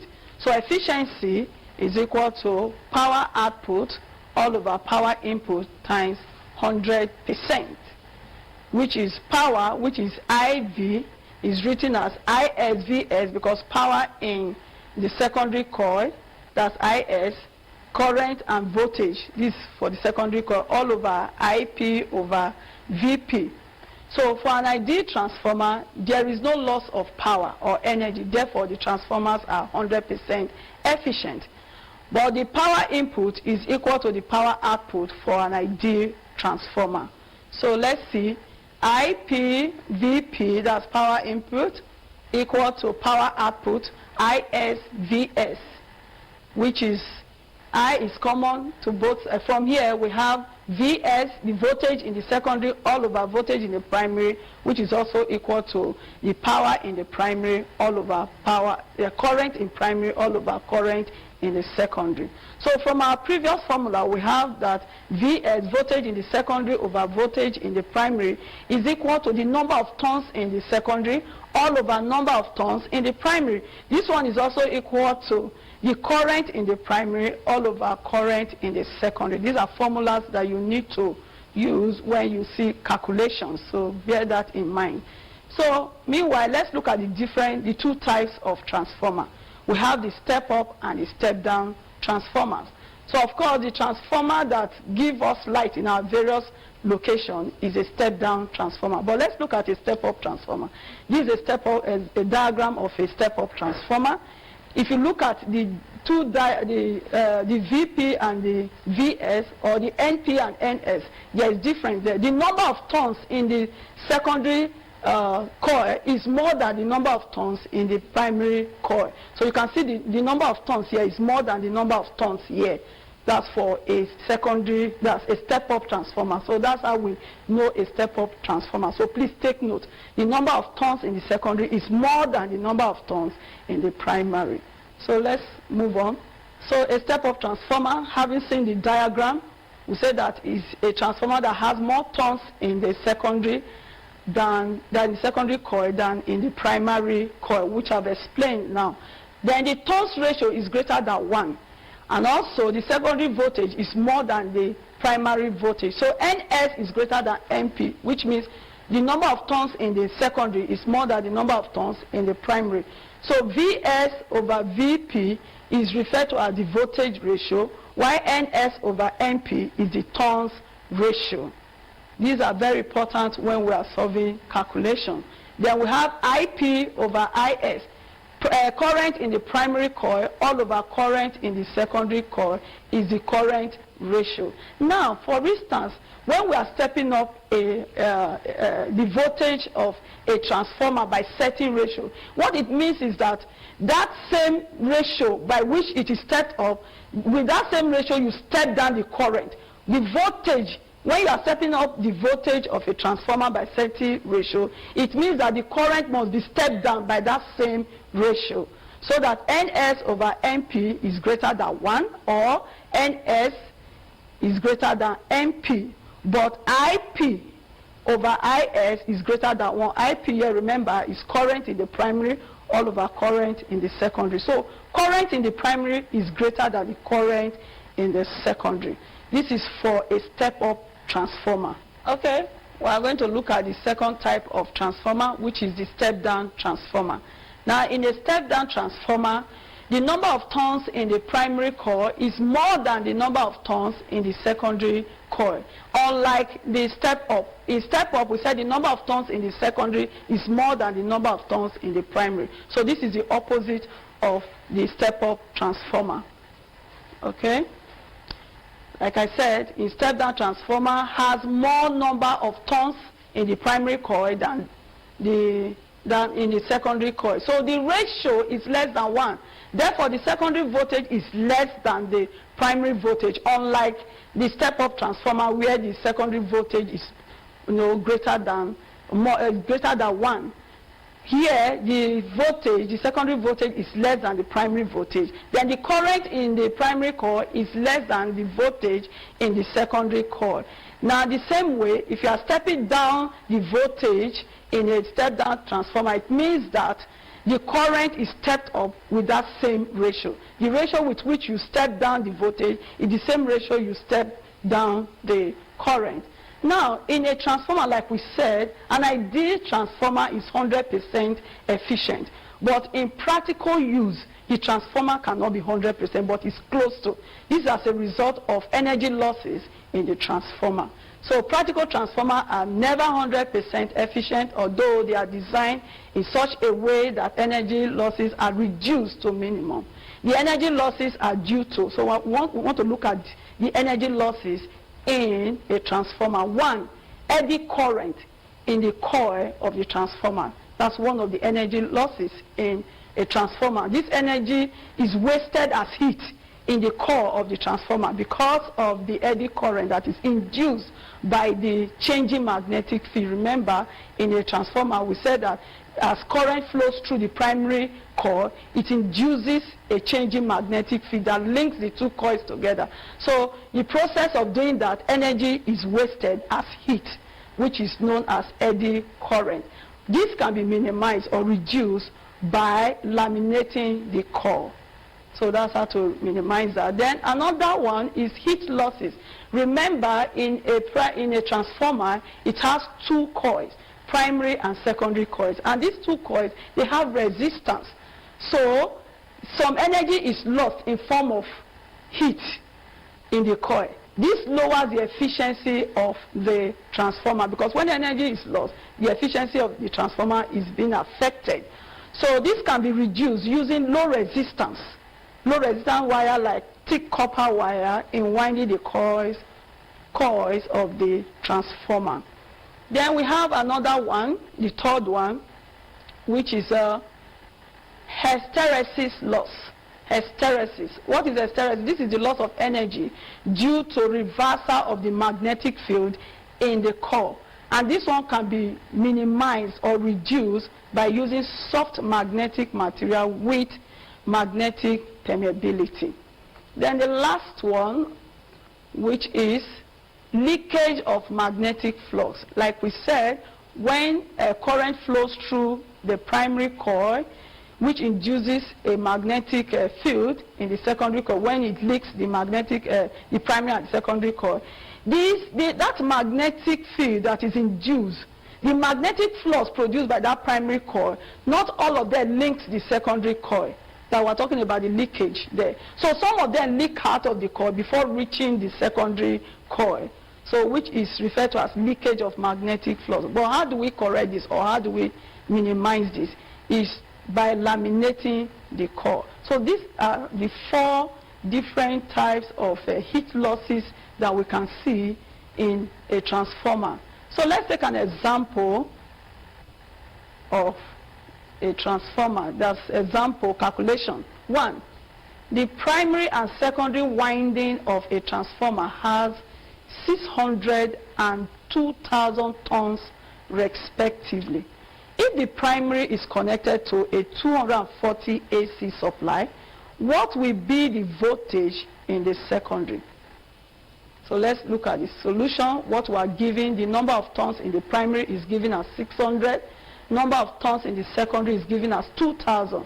The voltage or the EMF in the secondary is 240 volts. We are looking for the EMF of the secondary coil, or the voltage. So first thing, the formula, we have written this formula before. ES over EP is equal to NS over NP.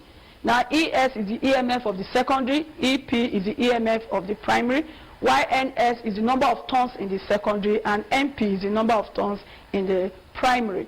So we are looking for ES, the EMF of the secondary. So when we make ES subject of the formula, we have EP, EMF of the primary, times the number of turns in the secondary, all over number of turns in the primary. From what we have written, we said EP is 240 times NS, which is 2,000, all over 600, that's the number of turns in the primary. If you evaluate correctly, ES will give you 800 volts. Remember, units are very important in physics, so when you are solving your calculations, take note of the unit. Your formula first, correct substitution, correct evaluation with unit gives you your correct marks. So example 2, a transformer is used to step up a 240 volt supply to 6,000 volts. If the current in the primary coil is 15 amperes, calculate the current in the secondary coil if the transformer is 90% efficient. So, solution, we are giving voltage in the primary as 240 volts, voltage in the secondary as 6,000 volts. The current in the primary is 15 amperes. We are looking for the current in the secondary. Current in the secondary is not given. The efficiency of the transformer is given as 90%. So looking at the formula of efficiency, which is IS Vs over IP Vp times 100%. Efficiency is given as 90. So you put the 90 there under efficiency. Is is the unknown times Vs is 6,000 all over IP, which is 15, times Vp, which is 240, times 100%. So when you evaluate correctly, you cross multiply, you have Is times 6,000 times 100 equal to 90 times 15 times 240. When you cross multiply, you get that. So that making Is subject of the formula, we have 90 times 15 times 240 all over 6,000 times 100. The correct answer is 0.54 amperes. Okay, so far we have been looking at transformer. We said that a transformer is a device that is used to increase or decrease alternating current or voltage. And we said that in a transformer, it has two coils, the primary coil and the secondary coil. While the primary coil is connected to an alternating current source, the secondary coil is connected to the load. Of course, we have two types of transformer, the step up and the step down. How do you differentiate the step up from the step down? In a step up transformer, the number of turns in the secondary is more than the number of turns in the primary. While in a step down transformer, the number of turns in the primary is more than the number of turns in the secondary. Now, of course, the efficiency of a transformer, we are saying that in ideal situation, a transformer is 100% efficient. But in practical use, you don't expect it to be 100%, but it's close to 100%. And we said that efficiency is equal to the power output all over power input times 100%. So with this recap, with what we have done so far, I'm sure that when you are given any question on that transformer, you should be able to tackle it. So assignment for the week. What is a transformer? 1. I repeat it. 1. What is a transformer? 2. State 3 ways energy can be lost in a transformer and how they can be reduced or minimized. I take question 2 again. State 3 ways energy can be lost in a transformer and how they can be reduced or minimized. 3. If the primary coil of a transformer is connected to 240 volt mains, which has 2,000 turns and 100 turns in the secondary coil, calculate the EMF at the secondary coil and state whether it is a step-up or step-down transformer. I take it again. Question 3. If the primary coil of a transformer is connected to 240 mains, which has 2,000 turns and 100 turns in the secondary coil, calculate the EMF of at the secondary coil and state whether it is a step-up or a step-down transformer. All right, so these are the questions for the week. Please, I would like you to go back and tackle the question as we have given you. Till we see in the next class. Thank you.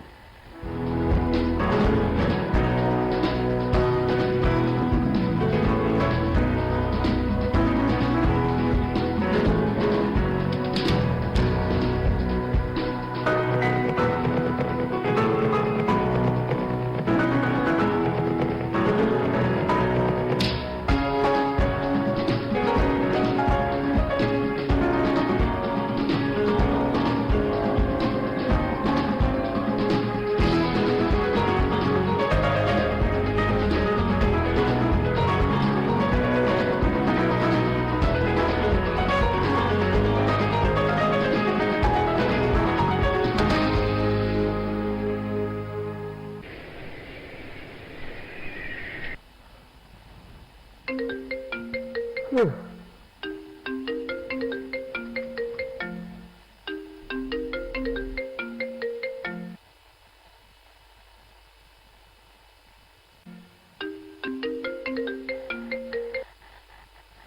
Fowles, what's up, man? I'm chilling, just relaxing.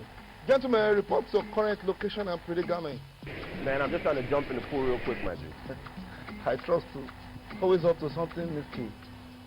SBA link up tonight? Bad guy. All right, then, cheers. All right, say no more, my G.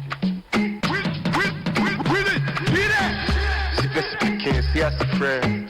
If you see how they come, give her respect. Oh, white, I better check the Rolex. If person think out too much, person go vex. He's so stripping, liquor sipping. Chicks want booking, but I get them on looking. See so stripping, liquor sipping. Chicks want booking, but I get them on looking. Sweet boy, fresh guy. Sweet boy, fresh guy. Sweet boy, fresh guy. Fresh guy. Look at how I fly, my fresh ride. Look at how I shine with no respite. Always on time like the first flight. But I make them squeeze eye when I check time. Oh boy, on the air gun, pour me water. You know the boy, no be your mate, call me brother. Sweet boy association, I'm the guy. Check me in your corner, no be a my shot. What is it? Best speaking, see us a friend. If you see how they come, give her respect.